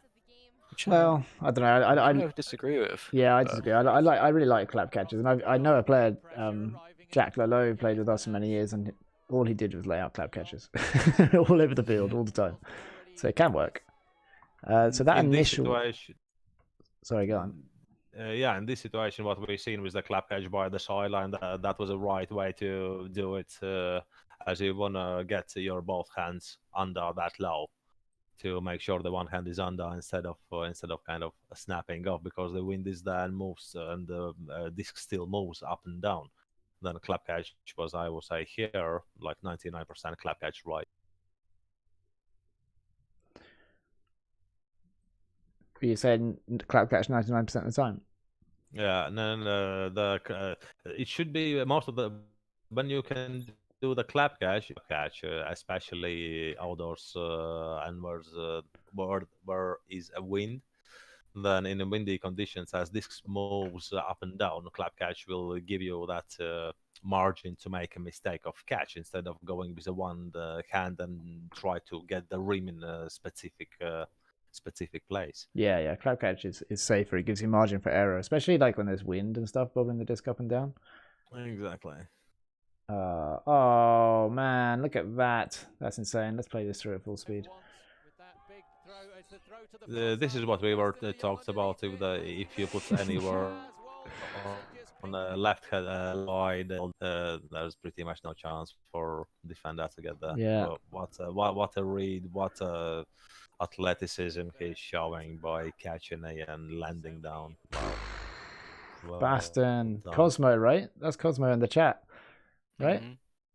Props. Huge. Look at that. Someone should make a thumbnail of that or something. So good. Look at the height in the. Oh my god. It's like trailing edge. Are you left-handed, Cosmo? Or is this just your offhand as well? Yeah, by the way. I think so. I think offhand. He is offhand, yeah, because I remember him hucking. The hucks. Yeah. Yeah, offhand. Props. Everyone give Cosmo some props in the chat, please. I don't know. You can decide how to do that. Sick. And what a great frisbee design as well. You're really gonna take it away from the pro.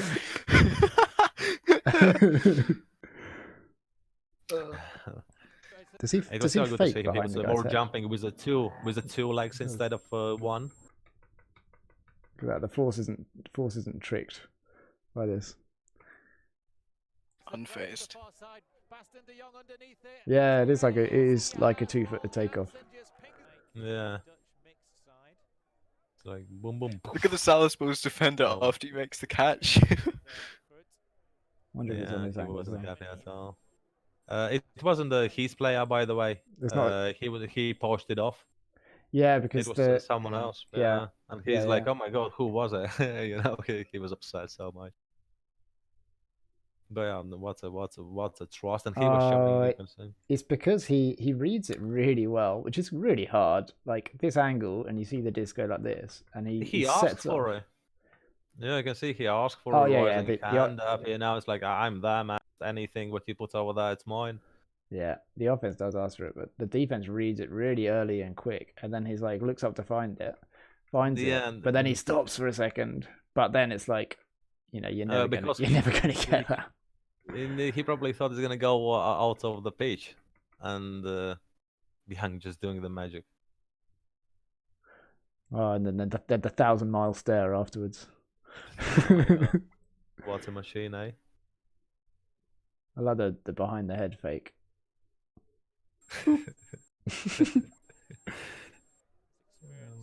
Just places the disc over there. It's Oh, interesting so to good. release as well. He's releasing those flicks from it's a high release flick, high release huck flick. I want to call like that because the place where he releasing the disc is incredible. Yeah. He's like so hard to defend when it's coming like up to the shoulder, plus like diving into the side. Yeah, that is the Felix disc that Edge gave. He gave it to Grut actually after the disc went over the fence, and then there was immediate drop and break. And Ned stone cold against that fake, no flinching. Yeah, I'm not gonna say anything about that. So Salaspils, so Grut are they've managed to score this in spectacular fashion, but they haven't had that many chances then to get breaks, and then all of a sudden the pull goes out, and it's got to be gutting, just like to lose all that yardage right from the pull. Tom Styles was so savage about this pull. I remember. Never heard Tom be so savage as that last one. That was a great catch.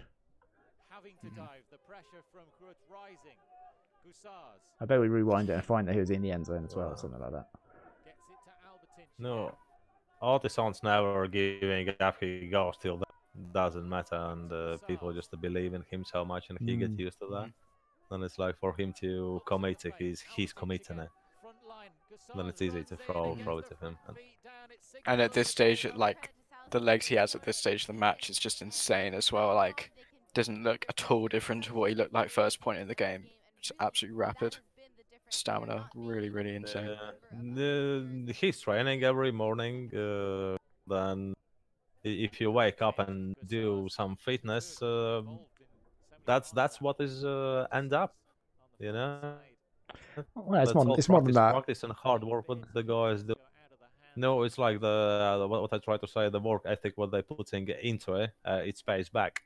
And this is why they so fit, because they actually train so hard and doing their own fitness by themselves, not just attending to the practices.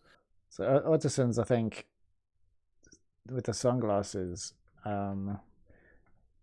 he was when I was making a highlight video of like 2012, maybe one of the EUCFs, maybe around 2012, and that was one of the first times I think we'd seen Latvia on the scene. And I think he was, even then, he was just making all of these spectacular plays. I think the best clip in that highlight reel is from Otterson's. Is that right? Are people familiar with that highlight reel? I think it's the highlight reel where there's like someone with the disc in the foreground faking, and then this lightning strike comes down in the background. Like, imagine that, like lightning coming out of the cloud in the background, just.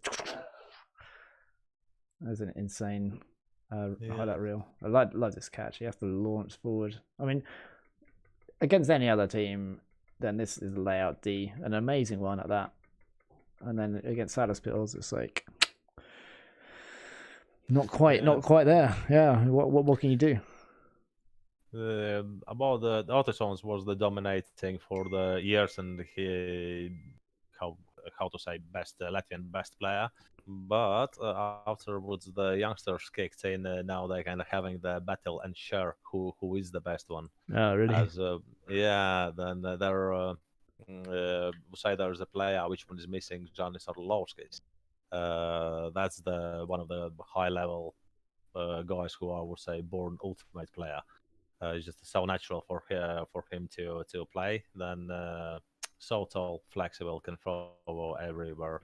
Thinking like his brain mind is superb. Then now Otinch, I would say, have the battle between him plus who are here like Dizzy Smelderis, this guy who's pulling it. That's another challenge. Which one is kicks in? Like one of the youngsters. Because they're playing together, they just rise this keeping this level. You know, to be able to play for Salaspils club, you need to be fit and like to be able to compete to them. Then because everyone's super fast, you just come to training and realize, oh my god, this is not the game for me. Or another side, it's like, oh my god, this is so competitive, I love it. Then I believe this is why Salaspils is going to keep growing as the level already athleticism Exciting. so high level. Nice catch. Oh, I know what this is.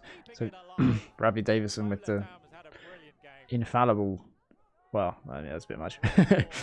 Very impressive knowledge of the. This is a 2013 highlight reel from EUCF. Right, look at this.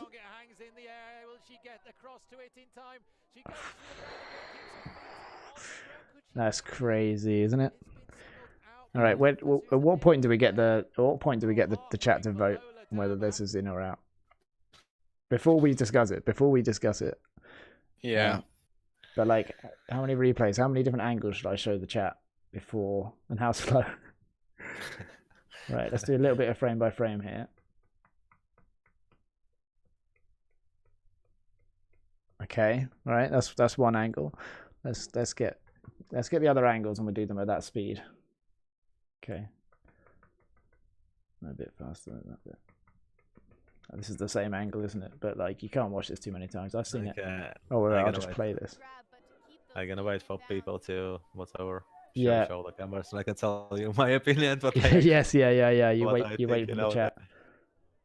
I wait for the chat. What they're gonna say. Okay. So, right, chat. You've seen it from 3 angles, and in slow motion. So in or out. Let's say 1 for in, 2 for out.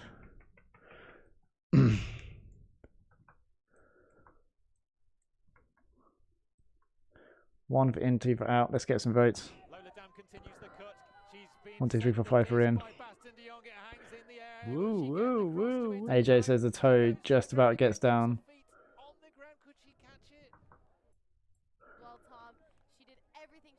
All right, unanimous ones in the chat. But like, okay, another question though. Would you be able to tell if you're there? So does the toe come down? All right. Yeah, really close. Yeah, I think I think this is potentially the closest thing I've ever seen.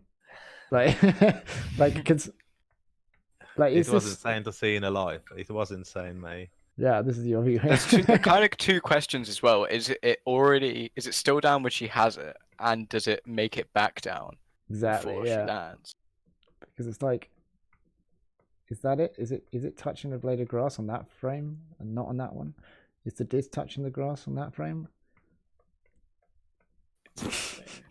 It's like so close. I can't believe the chat is so sure. Oh yeah, wait in.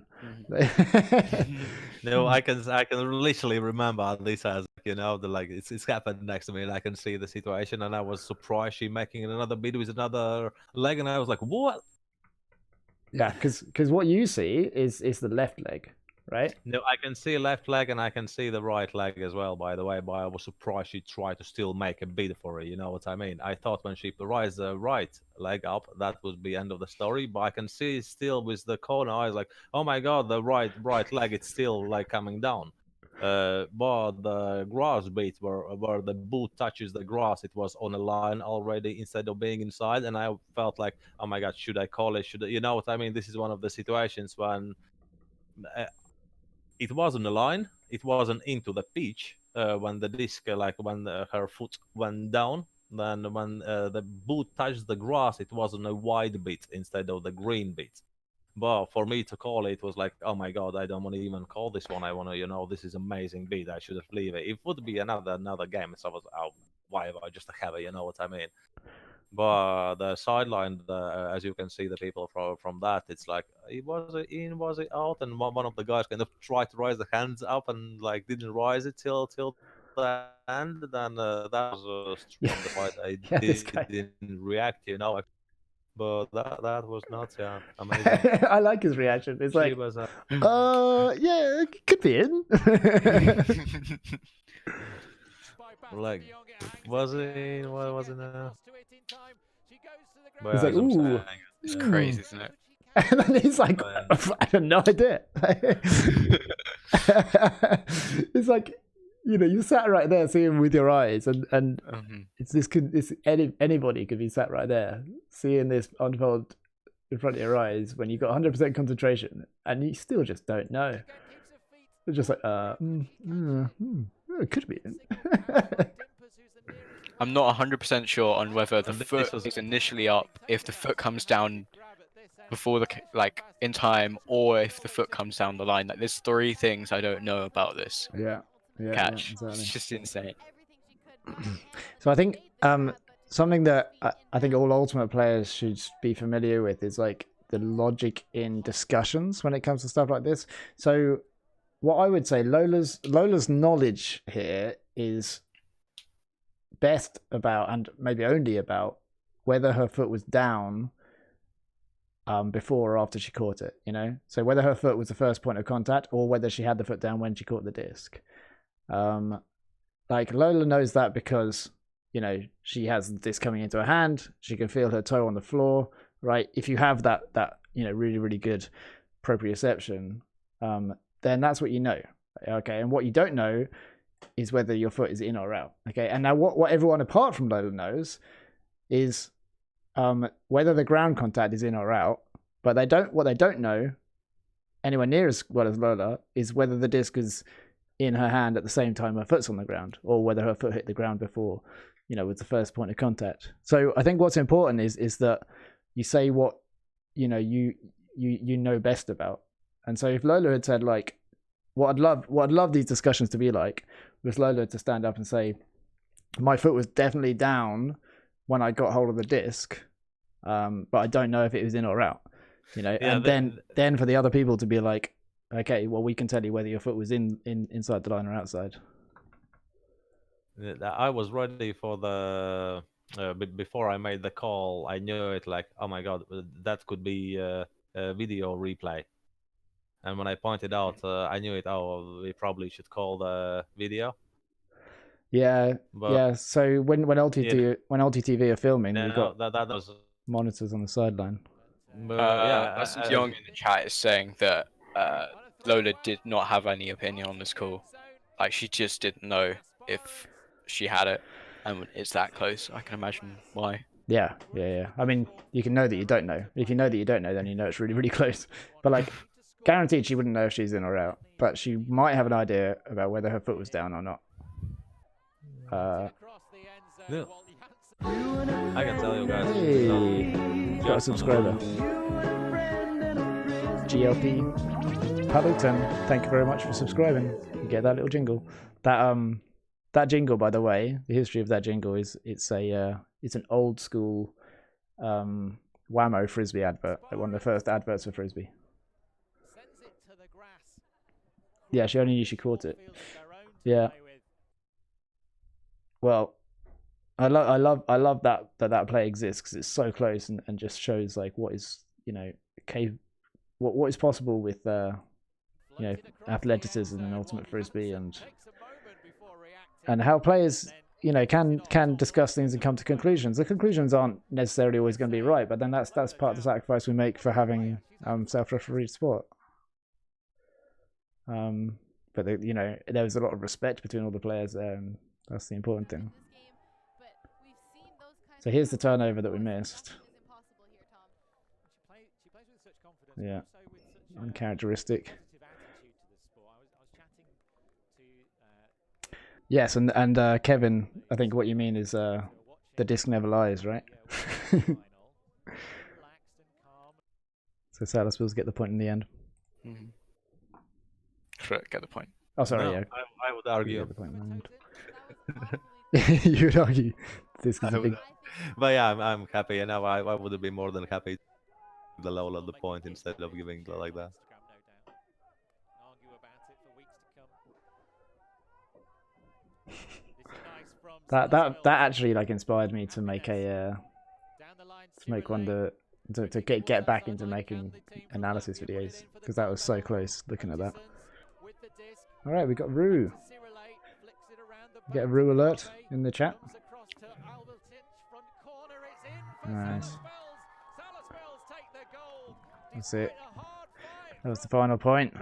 Mm-hmm. The flow here in this Yeah, point is like so good.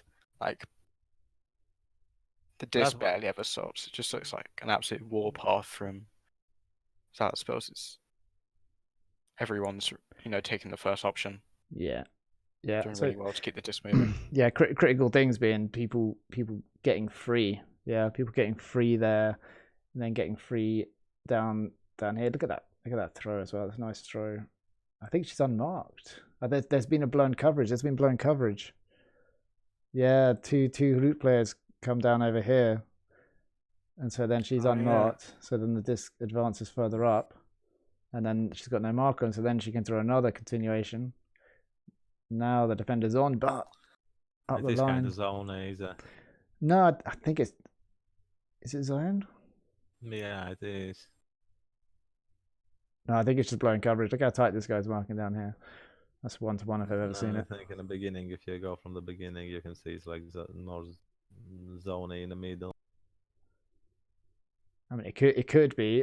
I think Lola's maybe making a decision not to. Off as always. Yeah, I guess so. Unfortunately gets punished for it this time. And then this is the critical bit where sometimes flow stops down here and it's a very small space. It's good to like attack this disc like that. That's a well standard situation for Salaspils to just boost it through the line and try to still squeeze it through. As you can see, they overload the corner bit, like pretty badly. So the catch and then the pivot down the line, I think that's fine because like there's a chance you can just score in an instant. So you look for that dangerous one.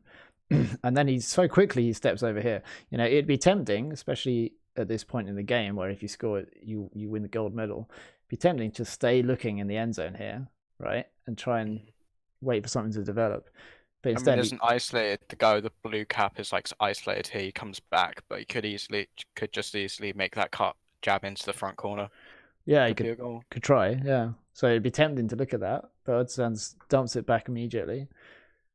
Works through both the women here, across the back, swinging into the middle, and now you're in a much better position. And it's just an immediate.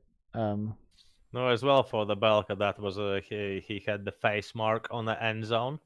Yeah. Before he starts to cut into that line, that's why he got those couple foot on the front. Mm-hmm. Yeah, exactly. Yeah, you see, the defender who tries to look over a couple of times. He still thinks he's gonna go through the line, as the group playing. They're very similar. They as well like to just dig through the line. Yeah. And he knew it. If he looks through that and the throw can come, he can go for the layout bid or something. Then he believed he's gonna go there. He didn't believe he's gonna go all the way another side. But well done to him to stick to it and nearly make the bid. Yeah, once the disc is flowing over then to that side, it's difficult to get around. Well done to Arbot, and just to hold still in the middle who made the assist. Just stay still in the middle of the stack and kind of let his defender to poach off a little bit. And by defender, I was poaching off. He just punished them. Okay, I see a Rue alert in the chat, so it's time for Rue. There she is. Hello, Rue. Rue alert in the chat. She doesn't know what's going on. Travel? What do you mean travel? No. I think he's obviously a supporter there. Unhappy with the outcome. You calling on yourself travel? Is the assist wasn't travel, Felix? What, on the assist is it? I'll rewind it and have a look. Was the assist? It looks like he's calling a travel on himself on assist. Yeah, there we go. We'll see the replay. assists. Otison's with, I mean, so many goals things are and technically assists. travels. Lasma Kublichka with 3 goals and an assist. No. It's not a travel. So he catches it in the air. He's dragging his foot. Have a look. Maybe it's a like 1-inch travel. No, I wouldn't call this as a travel. He released the disc. He released the. It's not a travel. He released it, Who cares? I think we're being trolled. I think we're being trolled. No, can't. Yeah, that's not a travel.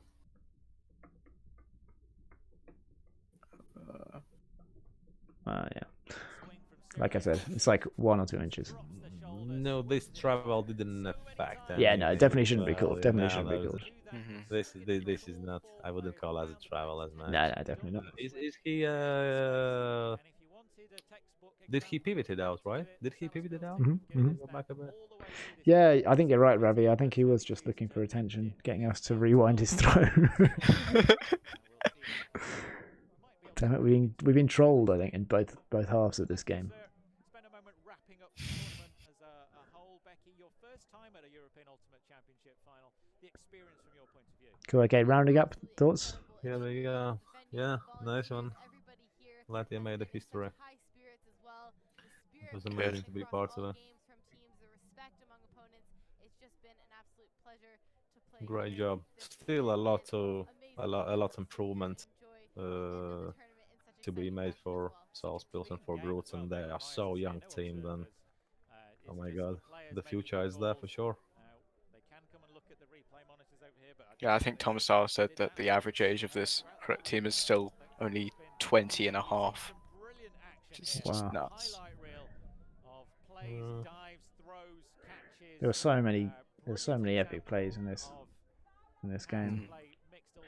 And then he got there was just those few points where there was just turnover. And I think I saw Salaspils basically spread their offense more later on.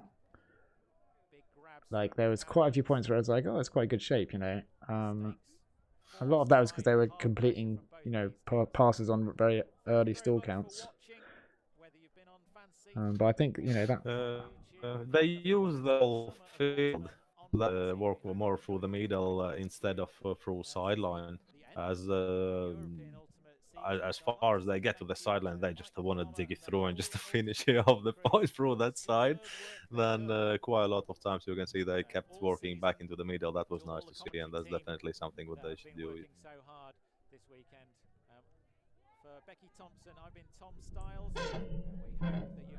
Some sick catches as well. Cool. Okay, well, thank you very much for joining me, Edgar. Well, thank you very much for having me. It was a pleasure. And Noah, again, thank you very much. Very insightful. Yeah, thanks very much. It was a good stream, wasn't it? And yeah, just a great match with insane highlights, like you said, Felix. Fun to watch. Yeah, big plays. Nice one. Thanks a lot. Cool.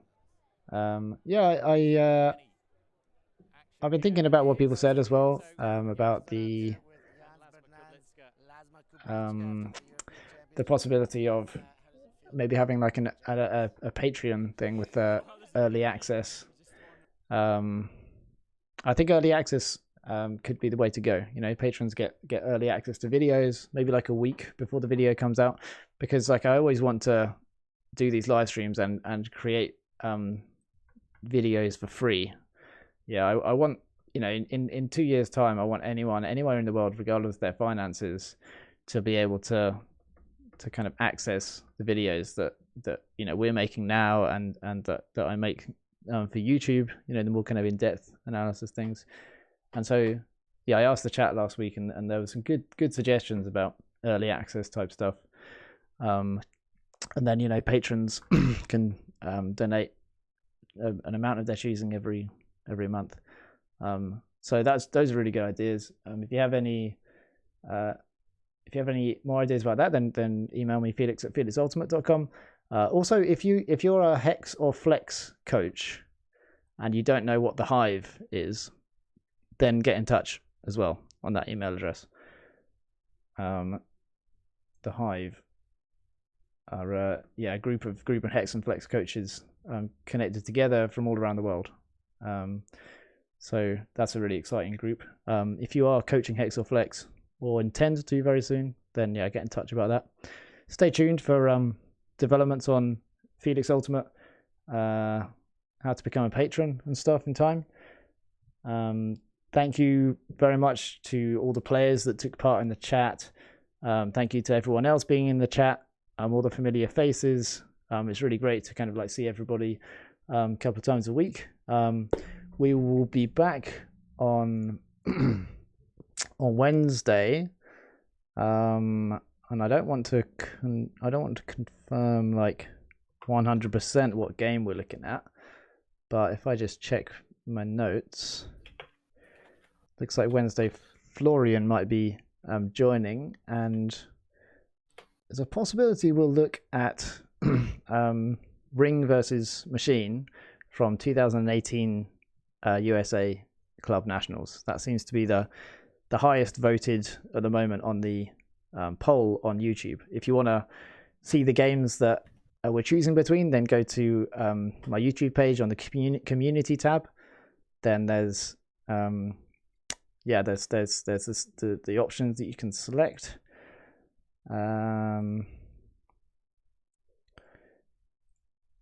So the one that's second at the moment is Revolver versus Ironside, so the final from 2016, and the one that's first is Ring versus Machine. So it's quite possible on Wednesday we'll be going over Ring versus Machine with Florian. I will confirm that close to the time. Thank you everybody for listening. It's been an absolute pleasure, and yeah, I will see you again very soon.